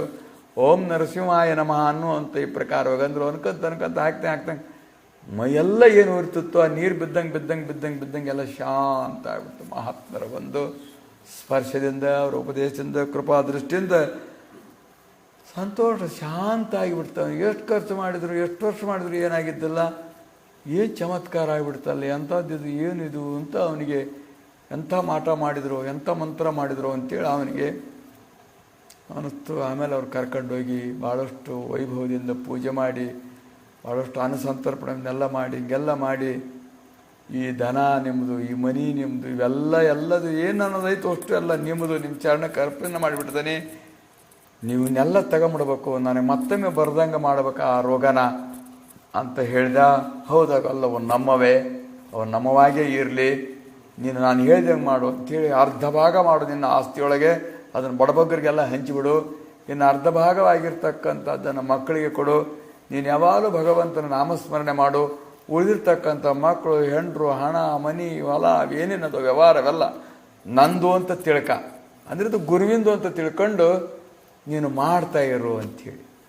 ಹಂಗೆ ಮಾಡಿದ್ವಿ. ನಿಂದಪ್ಪ ನೀನಪ್ಪ ಅಂದ್ಬಿಟ್ವಿ ಅಂದ್ರೆ ನಮಗೆ ಬಂಧನೇ ಇಲ್ಲ, ನಾವು ಹಂಗೆ ಅನ್ನಾಗ್ತಾ ಇರಲ್ಲ. ಅಂದ್ರೂ ಕೂಡ ಇಲ್ಲೇ ತುದಿ ನಾಲಿಗೆಗ ಮತ್ತೇನಾರ ಕೇಳಿದ್ರಲ್ಲಿ ಅಲ್ಲೇ ಮತ್ತೆ ಒಳಗೆ ಹೋಗ್ಬಿಡ್ತಪ್ಪ ಅದು. ಎಲ್ಲ ನಿಂದಪ್ಪ, ಇದೆಲ್ಲ ನಿಂದಪ್ಪ ಅಂತೀವಿ. ಎಲ್ಲ ನಿಂದಪ್ಪ, ಏನು ಎಷ್ಟು ದೊಡ್ಡ ಮನೆ ಕಟ್ಟಿಸಿದೆಲ್ಲ ನಿಂದಪ್ಪ ಇದು ಅಂತಾರೆ. ನಿಂದಪ್ಪ ಅಂತಾರೆ. ಅದನ್ನು ಹೃತ್ಪೂರ್ವಕವಾಗಿ ಅವಂದು ಅಂದುಬಿಟ್ರೆ ನಾವೇ ಇರೋಲ್ಬೇಕಾದ್ರಾಗ. ಮನಪೂರ್ವಕವಾಗಿ ಅವಂದು ಅಂದುಬಿಟ್ರೆ ನಮಗೆ ಲಾಭ ಐತಿ. ಅವನೇನು ತಗೊಂಡು ಏನು ಮಾಡ್ತಾನೆ, ಅದನ್ನು ಕಸ ಹೊಡೆಯೋದು, ಮತ್ತು ತೊಳೆಯೋದು, ಒರೆಸೋದು ಮಾಡೋಕೆ ಹೋಗ್ಬೇಕು ಅವನು. ಏನು ಮಾಡ್ತಾನೆ ನಿಂದು ಅಂದ್ರೂ ಕೂಡ ನಮ್ಮ ಭಾವದೊಳಗೆ ಅಷ್ಟು ಬಂದುಬಿಟ್ರೆ ಸಾಕು. ಖಂಡಿತವಾಗಿಯೂ ಈ ಮಾಯಾ ಅನ್ನತಕ್ಕಂಥದ್ದು ಹೋಗಿಬಿಡ್ತು ಅಂದರೆ ನಮಗೆ ಆತ್ಮಸ್ಥಿತಿ ಅನ್ನುವಂಥದ್ದು ಪ್ರಾಪ್ತವಾಗೋದು.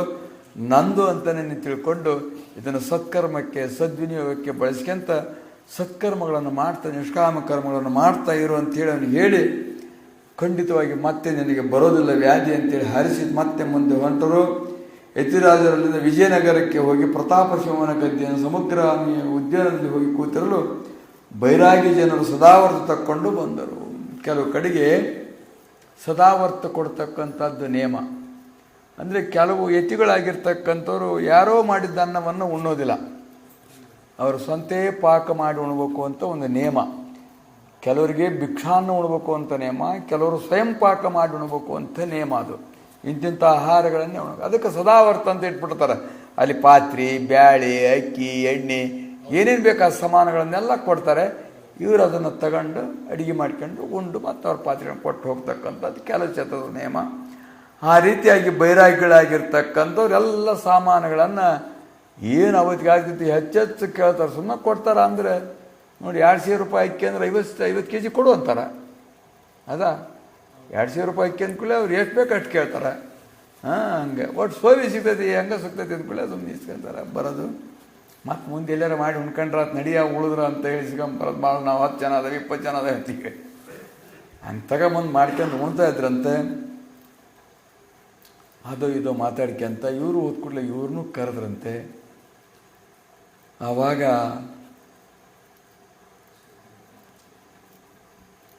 ಏನಂತ ನೀವು ಅದನ್ನು ಆಹಾರವನ್ನು ತಿಳ್ಕೊಂಡಿದ್ದೀರಿ ಅಂತ ಕೇಳಿದರು. ಅದು ಅನ್ನ ಬ್ರಹ್ಮವಾಗಿರ್ತಕ್ಕಂಥದ್ದು, ಅದು ಮತ್ತೊಬ್ಬರಿಂದ ದಾನವಾಗಿ ಬಂದಿರತಕ್ಕಂಥದ್ದು.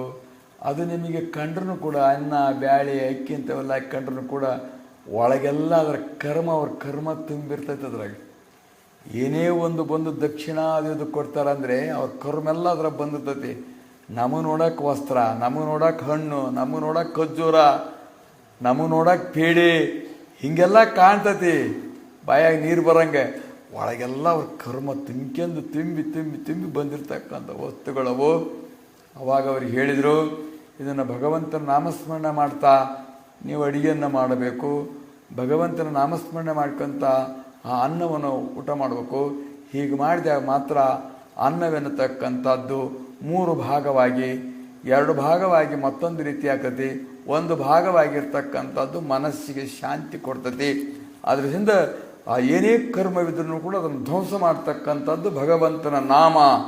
ಆ ಭಗವಂತನ ಸ್ಮರಣ ಮಾಡ್ತಾ ಮಾಡ್ತಾ ಮಾಡ್ತಾ ನಾವು ಮಾಡುವುದರಿಂದ, ಆ ಭಗವಂತನಿಗೆ ಅರ್ಪಿಸಿ ನಾವು ಅದನ್ನು ಸ್ವೀಕಾರ ಮಾಡುವುದರಿಂದ ಅದು ಖಂಡಿತವಾಗಿ ನಮಗೆ ಮನಸ್ಸಿಗೆ ಶಾಂತಿ ಕೊಡ್ತತಿ ಅನ್ನತಕ್ಕಂಥದ್ದನ್ನು, ಅದರ ರಹಸ್ಯವಾಗಿರ್ತಕ್ಕಂಥದ್ದನ್ನು ಹೇಳಿದರು. ಇಲ್ಲದ್ರೆ ಮನಸ್ಸಿಗೆ ಶಾಂತಿ ಕೊಡೋದಿಲ್ಲ, ಮನಸ್ಸು ಚಂಚಲವಾಗತಿ, ಮನಸ್ಸು ವಿಕ್ಷೇಪವಾಗ್ತತಿ ಅನ್ನತಕ್ಕಂಥದ್ದು ನೇಮ. ಯಾರ್ದರ ಮನೆಗೆ ಹೋಗಿ ಉಂಡು ಬಂದುಬಿಟ್ರೆ ಅವತ್ತು ಮನಸ್ಸು ಸಾತ್ವಿಕರಾಗಿರ್ತಕ್ಕಂಥವ್ರ ಮನಸ್ಸು ಸಮಾಧಾನ ಇರೋದಿಲ್ಲ. ಅದು ಧಾರ್ಮಿಕವಾಗಿರ್ತಕ್ಕಂಥ ಅನ್ನ ಸಂಗ್ರಹವಾಗಿದ್ದರೆ ಮಾತ್ರ ಹಂಗೆ. ಒಬ್ಬ ಸಾಧು ಹೋಗಿ ಕಳ್ಳನ ಮನೆಗೆ ಉಣ್ಣಂತೆ ಬೆಳಿಗ್ಗೆ ಎದ್ದು ಆಕಳ ಬಿಚ್ಕೊಂಡು ಹೋಗ್ಬಿಟ್ನಂತೆ. ಸೊ ದೂರ ಹೋದ ಕೂಡಲೇ ಅವನಿಗೆ ಹೊರಗಡೆ ಬಂತು, ಎಲ್ಲ ಹೊರಗಡೆ ಉಂಡದ್ದೆಲ್ಲ ಹೊರಗಡೆ ಹೋಗ್ಬಿಡ್ತಲ್ಲ. ಇನ್ನು ಆಕಳ ಯಾಕ್ತಂದು ನಾನು ಎಲ್ಲ ಬಿಟ್ಟು ಬಂದಿರ್ತಕ್ಕಂಥವನು ಅಂದಂತ. ಮತ್ತು ವಾಪಸ್ ಹೊಡ್ಕೊಂಬಂತ. ಇದು ಅನ್ನದ ಮಹಿಮೆ ಅಂತ ತಿಳ್ಕೊಂಡಂತ. ನೀ ಯಾರು ಅಂತ ಕೇಳಿದಂತ. ನಾ ದಿವಸ ಕಳ್ತನ ಮಾಡ್ಕೊಂಬಂದು ಉಣ್ಣನು ಅನ್ನಂತ. ಸರಿ ಬಿಡು, ಅದ ಬುದ್ಧಿ ನನಗೂ ಬಂತು ಅಂತೇಳಿ. ಆದ್ದರಿಂದ ಅದನ್ನೆಲ್ಲ ನಾಶ ಮಾಡ್ತಕ್ಕಂಥದ್ದೊಂದು ಪ್ರಾಯಶ್ಚಿತ್ತ ಕರ್ಮ ಅಂತ ಇರ್ತದೆ, ಭಗವಂತನ ನಾಮಸ್ಮರಣೆ ಅಂತ ಇರ್ತದೆ. ಆ ಪ್ರಕಾರವಾಗಿ ಮಾಡಿದಾಗ ಮಾತ್ರ ಅದು ಅನ್ನ ಕೊಟ್ಟನಿಗೂ ಶ್ರೇಷ್ಠ ಆಕತಿ, ಉಂಡನಿಗೂ ಶ್ರೇಷ್ಠ ಆಕತಿ. ಇಲ್ಲದ್ರೆ ನೀನು ಭ್ರಷ್ಟ ಆಗ್ತೀಯ, ಉಂಡನು ಭ್ರಷ್ಟ ಆಗ್ತಾನೆ. ಆ ರೀತಿ ಮಾಡಬಾರ್ದು ಅಂತೇಳಿ ಅವ್ರಿಗೆ ಮಾರ್ಗದರ್ಶನ ಮಾಡಿ ಮತ್ತೆ ಅವಧೂತರು ಹೊರಟರು. ಭದ್ರಾಚಲಕ್ಕೆ ಹೋಗಿ ರಾಮದಾಸರು ಜೀರ್ಣೋದ್ಧಾರ ಮಾಡಿದ ದೇವಾಲಯ ನೋಡಿದರು. ಮಹಾತ್ಮರ ಮುಖೇಣವಾಗಿ ಭಗವಂತನವರಿಗೆ ಅನೇಕ ರೀತಿಯಾಗಿರುವಂಥ ಸಹಾಯ ಶಕ್ತಿಗಳನ್ನು ಕೊಟ್ಟು ಇಂಥ ಮಂದಿರಗಳನ್ನು, ಮಠಗಳನ್ನು ರಚನೆ ಮಾಡಿಸ್ತಾನೆ. ಅದು ಜನರಿಗೆ ಅನುಕೂಲವಾಗಲಿ, ಧರ್ಮ ಸಂಸ್ಕಾರವಾಗಲಿ, ಶಾಂತಿ ಪಡಲಿ, ಅದರೊಳಗೆಲ್ಲ ಸತ್ಕರ್ಮಗಳನ್ನು ಮಾಡಲಿಕ್ಕೆ ಅವಕಾಶವಾಗಲಿ ಅನ್ನುವಂಥ ಉದ್ದೇಶದಿಂದ ಭಗವಂತನವರಿಗೆ ಶಕ್ತಿ ಕೊಟ್ಟು ಹಿಂಗೆ ಜೀರ್ಣೋದ್ಧಾರ ಮಾಡುತ್ತಿರುವರು. ಈ ಪ್ರಕಾರವಾಗಿ ಅಂದುಕೊಳ್ಳುತ್ತಾ ಗೋದಾವರಿ ತೀರಕ್ಕೆ ಬಂದರು. ರಾಮದಾಸರ ಕಟ್ಟೆ ಮೇಲೆ ಸಿದ್ಧನಾಥರು ಕೂತಿರುವಾಗ 5 ಮಂದಿ ಬ್ರಾಹ್ಮಣರು ಬಂದು ಸಿದ್ಧರನ್ನು ಕುರಿತು, ಸ್ವಾಮಿಗಳ ನಿಮ್ಮ ದೇಶ ಯಾವುದು, ನಿಮ್ಮ ಗತಿ ಏನು, ಈ ಪ್ರಕಾರವಾಗಿ ಎಲ್ಲ ಪ್ರಶ್ನೆ ಮಾಡಿದರು. ಅವಾಗ ಅವಧೂತರು, ಅಪರಿಚ್ಛಿನ್ನವೇ ನಮ್ಮ ದೇಶ. ನಮ್ದು ಯಾವ ದೇಶ ಅಂದರೆ ನಾವು ಹೊರಗೆ ಹೋಗಿದ್ರೆ ಭಾರತ ದೇಶದವರು ಅಂತವಿ, ಕರ್ನಾಟಕ ಸ್ಟೇಟ್ನರು ಅಂತವಿ, ಇಂಥ ಊರಿನರು ಅಂತವಿ, ಏನೇನೋ ಹೇಳ್ತೇವೆ ನಾವು, ಇಂಥವ್ರ ಮನೆಯರು, ಇಂಥ ಕೇರರು ಅಂತ. ಅವ್ರು ನಿಮ್ದು ಯಾವ ದೇಶ ಅಂದರೆ ಅಪರಿಚ್ಛಿನ್ನವೇ ನಮ್ಮ ದೇಶ ಅಂತ ಹೇಳಿದ್ರು. ಪರಿಪೂರ್ಣವಾಗಿರುವಂಥದ್ದು ನಮ್ಮ ದೇಶ, ಎಲ್ಲ ಕಡೆಗಿರುವಂಥವರು ನಾವು, ಎಲ್ಲವೂ ನಮ್ಮದೇ ದೇಶ. ಅಖಿಲಾಂಡ ಕೋಟಿ ಬ್ರಹ್ಮಾಂಡವೆಲ್ಲವೂ ಆಕಾಶ ಎಲ್ಲ ಕಡೆ ಹೆಂಗೈತೋ ಹಂಗೆ ನಮ್ಮದು ಪರಿಚ್ಛಿನ್ನ ಅಲ್ಲ, ಇಟಿಟ ಅಲ್ಲ. ಇದು ಪಾಕಿಸ್ತಾನ, ಇದು ಭಾರತ, ಇದು ಚೈನಾ, ಇದು ಅದು ಇದು ಇವೆಲ್ಲ ಪರಿಚ್ಛಿನ್ನ ಇವು. ಆಕಾಶ ಹಂಗೈತೇನು? ಆಕಾಶದಾಗ ಯಾರು ಭಾಗ ಮಾಡ್ಕೊಂಡಾರ? ಭೂಮಿಯಾಗ ಅಷ್ಟೇ ಭಾಗ ಮಾಡ್ಕೊಂಡ್ರದು, ಗಾಳಿ ಭಾಗ ಮಾಡ್ಕೊಂಡಿಲ್ಲ. ಮತ್ತು ಜಲದ ಭಾಗ ಮಾಡ್ಕೊಳಕ್ಕೆ ಬರೋದಿಲ್ಲ, ಅದ್ರ ಗುದ್ದಾಡ್ತಾರೆ ಒಟ್ಟು. ಆದ್ರೆ ಇವ್ರು ಏನು ಮಾಡಿದ್ರು ತಾನು ಮಾತ್ರ ಹೋಗ್ತಿರೋದು ಅದು. ಎಲ್ಲೆಲ್ಲಿ ಹೆಂಗೆ ಹೋಗ್ತದೆ ಹಂಗೆ ಹೋಗ್ತಿರೋದು, ಅದ್ರ ಭಾಗ ಮಾಡ್ಕೊಳಕ್ಕೆ ಬರಲ್ಲ. ನಾವಾಗ ಕಡ್ದು ಇರಕ್ಕೆ ಬರಲ್ಲ. ಕಾವೇರಿ ನದಿನ ಇಲ್ಲೇ ನಿಂದಿರ್ಸ್ಕೊಂಬಿಡೋಣ ಒಟ್ಟು ಅಂದ್ರೆ ಆಗಲ್ಲ, ಅದು ಹೋಗಲೇಬೇಕದ. ಯಾವುದಕ್ಕದ ತಮಿಳ್ನಾಡಿಗೆ ಹೋಗಲೇಬೇಕು. ಅದು ಹೋಗೋದ ಸುಮ್ಮನೆ ಗಾಳಿ, ನೀರು, ಬೆಂಕಿ ಇವೇನದವಲ್ಲ ಇವೆಲ್ಲ ಹೋಗ್ತಿರವೆ. ಭೂಮಿ ಇವಕ್ಕನ್ನೆಲ್ಲ ನಾವು ಆಕಾಶವನ್ನೆಲ್ಲ ಕಂಡೀಷನ್ ಮಾಡೋಕ್ಕಾಗೋದಿಲ್ಲ. ಈ ನೆಲವನ್ನು ಕಂಡೀಷನ್ ಮಾಡೋಕ್ಕಾಗತ್ತೆ. ಹಾಗೆ ನಮ್ಮದು ಅಪರಿಚ್ಛಿನ್ನವಾಗಿರುವಂಥದ್ದು ನಮ್ಮ ದೇಶ. ನಿಮ್ಮ ಸ್ಥಿತಿ ಏನು ಅಂದರೆ ನಿರ್ಗತಿ. ನಮಗೆ ನಿರ್ಗತಿ. ಯಾವ ಗತಿನೇ ಇಲ್ಲ ನಮಗೆ, ಹೋಗೋದಿಲ್ಲ ಬರೋದಿಲ್ಲ. ಗತಿ ಅಂದರೆ ಹೋಗೋದು ಬರೋದು, ಆಗೋದು ಹೋಗೋದು. ಇದು ನಾವೇನಾಗರಲ್ಲ, ಹೋಗರಲ್ಲ ಇಲ್ಲ, ಏನು ನಿರ್ಗತಿಯೇ ನಮ್ಮ ಗತಿಯಾಗಿರುವಂಥದ್ದು ಎಂದು ಉತ್ತರ ಕೊಡಲು ಅದು ಹೇಗೆ ಎಂದು ಕೇಳಿದರು. ದೇಶಕಾಲ ವಸ್ತುಗಳಿಂದ ಅಪರಿಚ್ಛಿನ್ನವಾದ ಆತ್ಮನೇ ನಮ್ಮ ದೇಶ. ಸರ್ವ ಜಗತ್ತಿಗೆ ಅಧಿಷ್ಠಾನವಾಗಿರುವಂಥ ಆತ್ಮನ ಸ್ಥಿತಿಯೇ ನಮ್ಮ ಸ್ಥಿತಿ. ಗಮನಾಗಮನಗಳು ಯಾವಾತನ ಅವಕಾಶದಿಂದ ಆಗುತ್ತವೆಯೋ ಅಂತ ಆತ್ಮನಿಗೆ ಗತಿಯಾರು ಹೇಳಬೇಕು ಎಂದು ಉತ್ತರ ಕೊಡಲು ಅವರು ಖಂಡಿತವಾಗಿ ಅವರ ಮನಸ್ಸಿನಲ್ಲಿ ಖಂಡಿತವಾಗಿ ಆತ್ಮಲಕ್ಷಣದ ಕೂಡಿಕೊಂಡಿರ್ತಕ್ಕಂಥ ಆತ್ಮಜ್ಞಾನಿಗಳು ಅಂತೇಳಿ ತಿಳಿದುಕೊಂಡರು. ಅಲ್ಲಿಂದ ಸಿದ್ಧಾರೂಢರು ಕರ್ನಾಟಕ ದೇಶಕ್ಕೆ ಹೋಗಿ ಮುಟ್ಟಿದರು. ಕೃಷ್ಣಾ ನದಿ ತೀರದಲ್ಲಿ ಕುಳಿತಿರುವಾಗ ಸ್ತ್ರೀಗಳು ಬಂದು ಬಹುಭಕ್ತಿಯಿಂದ ಅವಧೂತರಿಗೆ ನಮಸ್ಕರಿಸಿ ಕೈ ಜೋಡಿಸಿ ನಿಂತು ಬಹುನಮ್ರ ಭಾವದಿಂದ, ಮಹಾತ್ಮರೇ, ನಿಮ್ಮನ್ನು ನೋಡಿದ ಕ್ಷಣ ನಿಮ್ಮಲ್ಲಿ ಬ್ರಹ್ಮನಿಷ್ಠರ ಲಕ್ಷಣ ಕಾಣಿಸುತ್ತವೆ. ಮುಖದ ಮೇಲಿನ ಶಾಂತಿ ಮುದ್ರೆಯು ಅದನ್ನು ನೋಡಿದಾಗ ಮಹಾತ್ಮರಿದ್ದೀರಿ ಎಂದು ನನಗೆ ತಿಳಿಯಿತು. ಆದ್ದರಿಂದ ನನ್ನ ದೀನವಾಣಿಯನ್ನು ಶ್ರವಣ ಮಾಡಿ ನನ್ನನ್ನು ಉದ್ಧಾರಿಸಬೇಕು ಎಂದು ಅಂದಳು. ಸ್ತ್ರೀಗಳೇ, ನೀನು ಅಶುದ್ಧ ಚಿತ್ತಯುಕ್ತಳು ಅಂತ ಹೇಳಿ. ಅಂದರೆ ಭಾಳಷ್ಟು ಚಂಚಲವಾಗಿರ್ತದೆ ಸ್ತ್ರೀಯರ ಶರೀರ. ಯಾಕಂದ್ರೆ ಅಶುದ್ಧವಾಗಿದ್ದರಿಂದ ಆ ದೃಷ್ಟಿಯಿಂದ ನೀವು ಕೆಲವಕ್ಕೆ ಅಧಿಕಾರಿಗಳಲ್ಲ ಅಂಥೇಳಿ. ಸ್ತ್ರೀಯರು ವೇದಾಧ್ಯಯನಕ್ಕೆ, ಕೆಲವೊಂದು ಕಾರ್ಯಗಳನ್ನು ಮಾಡಲಿಕ್ಕೆ, ಸಂಧ್ಯಾವಂದನ ಮಾಡಲಿಕ್ಕೆ, ಇದಕ್ಕೆಲ್ಲ ಅಧಿಕಾರಿಗಳಲ್ಲ ಅನ್ನುವಂಥದ್ದೊಂದು ನಿಯಮ ಅದು. ಆದ್ದರಿಂದ ನೀನೇನು ಮಾಡಬೇಕು ಅಂದರೆ ಶಿವನಾಮ ಸ್ಮರಣೆ ಮಾಡೋದಕ್ಕೆಲ್ಲರೂ ಅಧಿಕಾರಿಗಳು, ಇದರಿಂದಲೇ ಎಲ್ಲರೂ ಉದ್ಧಾರ ಆಗ್ತಕ್ಕಂಥದ್ದು. ಆದ್ದರಿಂದ ಇಷ್ಟು ಮಾಡು ಎಂದು ಈ ಪ್ರಕಾರವಾಗಿ ಜಪ ಮಾಡು ನೀನು ಅಂತ ಹೇಳಿದರು. ಮೂರ್ತಿ ಧ್ಯಾನ ಮಾಡು, ಶಿವನ ಮೂರ್ತಿ ಧ್ಯಾನ ಮಾಡು, ವಿಷ್ಣು ಮೂರ್ತಿ ಧ್ಯಾನ ಮಾಡು, ಗಣೇಶ ಮೂರ್ತಿ ಯಾವುದಾದ್ರೂ ನಿನಗೆ ಇಷ್ಟ ದೇವತೆಯಾಗಿರ್ತಕ್ಕಂಥದ್ರ ಧ್ಯಾನ ಮಾಡು. ತಾಯಿಯಿಂದ ಖಂಡಿತವಾಗಿ ನೀನು ಧನ್ಯಳಾಗ್ತಿ. ಇದರ ಹೊರತಾಗಿ ಮತ್ತಿನ್ಯಾತ್ರಿಂದಲೂ ನಿನಗೆ ಧನ್ಯತೆ ಅನ್ನುವಂಥದ್ದು ಪ್ರಾಪ್ತವಾಗುವುದಿಲ್ಲ ಅಂಥೇಳಿ ಆಕೆ ಉದ್ಧಾರ ಮಾರ್ಗವನ್ನು ಹೇಳಿ ಸದ್ಗುರುನಾಥರ ಆಸ್ಥಾನದಲ್ಲಿ 3 ವರ್ಷ ವಾಸ ಮಾಡಿದ್ರು. ನದಿ ದಂಡೆಯ ಮೇಲೆ ಕುರಿ ಕಾಯುವ ಹುಡುಗರ ಜೊತೆಯಲ್ಲಿ ಕುರಿ ಕಾಯ್ತಾ, ಅವರೇನಾದ್ರು ಆಕಸ್ಮಿಕವಾಗಿ ಹಾಲು ಕರೆದು ಕೊಟ್ಟರೆ ಅದನ್ನು ಕುಡಿತಾ, ಏನೂ ಸಿಗಲಿಲ್ಲ ಅಂದರೆ ಆ ಕೆರೆ ದಂಡಿಯಲ್ಲಿರ್ತಕ್ಕಂಥ ತಿಳುವಾದ ಮಣ್ಣನ್ನು, ಮಿದುವಾದ ಮಣ್ಣನ್ನು ತಿಂದು ತಾವಿರ್ತಿದ್ರು. ಇಲ್ಲ ಅಂದ್ರೆ ಅನ್ನ ಆಹಾರಗಳಲ್ಲಿ ಎಷ್ಟೋ ದಿವಸ ತಾವು ಈ ಪ್ರಕಾರವಾಗಿತ್ತು ಇದ್ದು ಮುಂದೆ ಅಲ್ಲಿಂದ ತಾವು ಮತ್ತೆ ಪ್ರಯಾಣ ಮಾಡಿದರು. ಶೀತೋಷ್ಣಾದಿಗಳನ್ನು, ಸುಖ ದುಃಖಗಳನ್ನು ಸಹನ ಮಾಡಲಿಕ್ಕೆ ಶಾಂತಿ ಅನ್ನುವಂಥ ವಸ್ತ್ರವನ್ನು ತಾವು ಉಪಯೋಗಿಸ್ತಿದ್ರು. ಶಾಂತಿ ಅಸ್ತ್ರದಿಂದಲೇ ಅವುಗಳನ್ನು ನಾಶ ಮಾಡ್ತಾ ಇದ್ರು. ಆಮೇಲೆ ತಾವು ಹೋಗಿ ಅಲ್ಲಿಂದ ಮಂಗಲಗಿರಿಗೆ ಹೋಗಿ ಸ್ವಾಮಿ ಪ್ರಸಾದವನ್ನು ಸೇವಿಸಿದರು. ಆಮೇಲೆ ಆ ಕಿರೀಟವನ್ನು ತಮ್ಮ ಮಸ್ತಕದ ಮೇಲಿಟ್ಟು ನಿನಗೆ ಒಳ್ಳೆಯದಾಗಲಿ ಅಂತೇಳಿ ಹರಸಲಿಕ್ಕತ್ತಿದ್ರು. ಅಲ್ಲಿ ನೈವೇದ್ಯ ಇಟ್ಟಿದ್ರು. ಎಲ್ಲ ವೈಭವದಿಂದ ಪೂಜೆ ಮಾಡಿ ಹೋಗಿದ್ದರು ಜನರು. ಪೂಜಾರರು ಹೋಗಿದ್ದಾಗ ಒಳಗೆ ಹೋದರು, ನೈವೇದ್ಯ ಇತ್ತು, ಅದನ್ನು ಸ್ವೀಕಾರ ಮಾಡಿದರು. ಆ ಕಿರೀಟ ಚಂದವಾಗಿತ್ತಲ್ಲ, ಅದನ್ನು ತಕ್ಕಂದು ತಮ್ಮ ತಲೆ ಮೇಲೆ ಇಟ್ಕೊಂಡು ನೀನು ಒಳ್ಳೇದಾಗಲಪ್ಪ, ಶುಭವಾಗಲಿ ಅಂತೇಳಿ ಹರಿಸಿ ಆಶೀರ್ವದಿಸಿದರು. ಅಷ್ಟೊತ್ತಿಗೆ ಪೂಜಾರಿ ಬಂದ.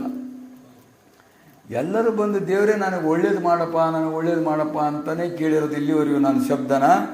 ನೀನು ದೇವರಿಗೆ ಒಳ್ಳೇದಾಗಲಿ ಅಂತೇಳಿ ದೇವ್ರ ಕಿರೀಟನ ಹಾಕ್ಯಂದು ಹೇಳ್ತೀಯಲ್ಲ ಅಂತಂದಾಗ, ಇದು ದೇವರು ಸಗುಣ ಬ್ರಹ್ಮದ ಏಕಾಂಶವಾಗಿರ್ತಕ್ಕಂಥದ್ದು. ಸಗುಣ ಬ್ರಹ್ಮವು ನಿರ್ಗುಣ ಬ್ರಹ್ಮದ ಸ್ವಲ್ಪ ಅಂಶವಾಗಿರ್ತಕ್ಕಂಥದ್ದು.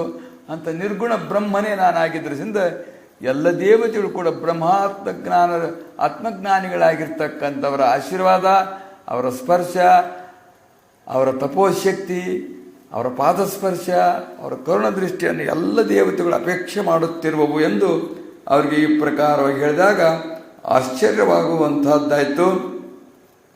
ಆವಾಗ ಅವ್ರಿಗೆ ತಾನು ನಮಸ್ಕಾರ ಮಾಡಿ ತಾವು ದೊಡ್ಡವರು ಅಂಥೇಳಿ ತಾನು ಈ ಪ್ರಕಾರವಾಗಿ ಮುಂದೆ ಹೊರಟನು ಎಂಬಲ್ಲಿಗೆ ಸಿದ್ಧಾರೂಢ ಕಥಾಮೃತದೋಳು ಶ್ರವಣ ಮಾತ್ರದಿಂದ ಪಾಪವನ್ನು ಭಸ್ಮ ಮಾಡುವಂಥ ಈ ಅಧ್ಯಾಯವನ್ನು ಶಿವದಾಸನು ಸದ್ಗುರುವಿನ ಚರಣಾರವಿಂದಗಳಲ್ಲಿ ಅರ್ಪಿಸಿರು.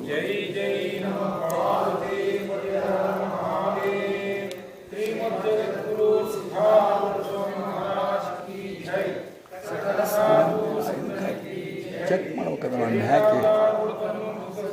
ಮಾಡ್ಬೇಕದ ನಾನು ಹಾಕಿ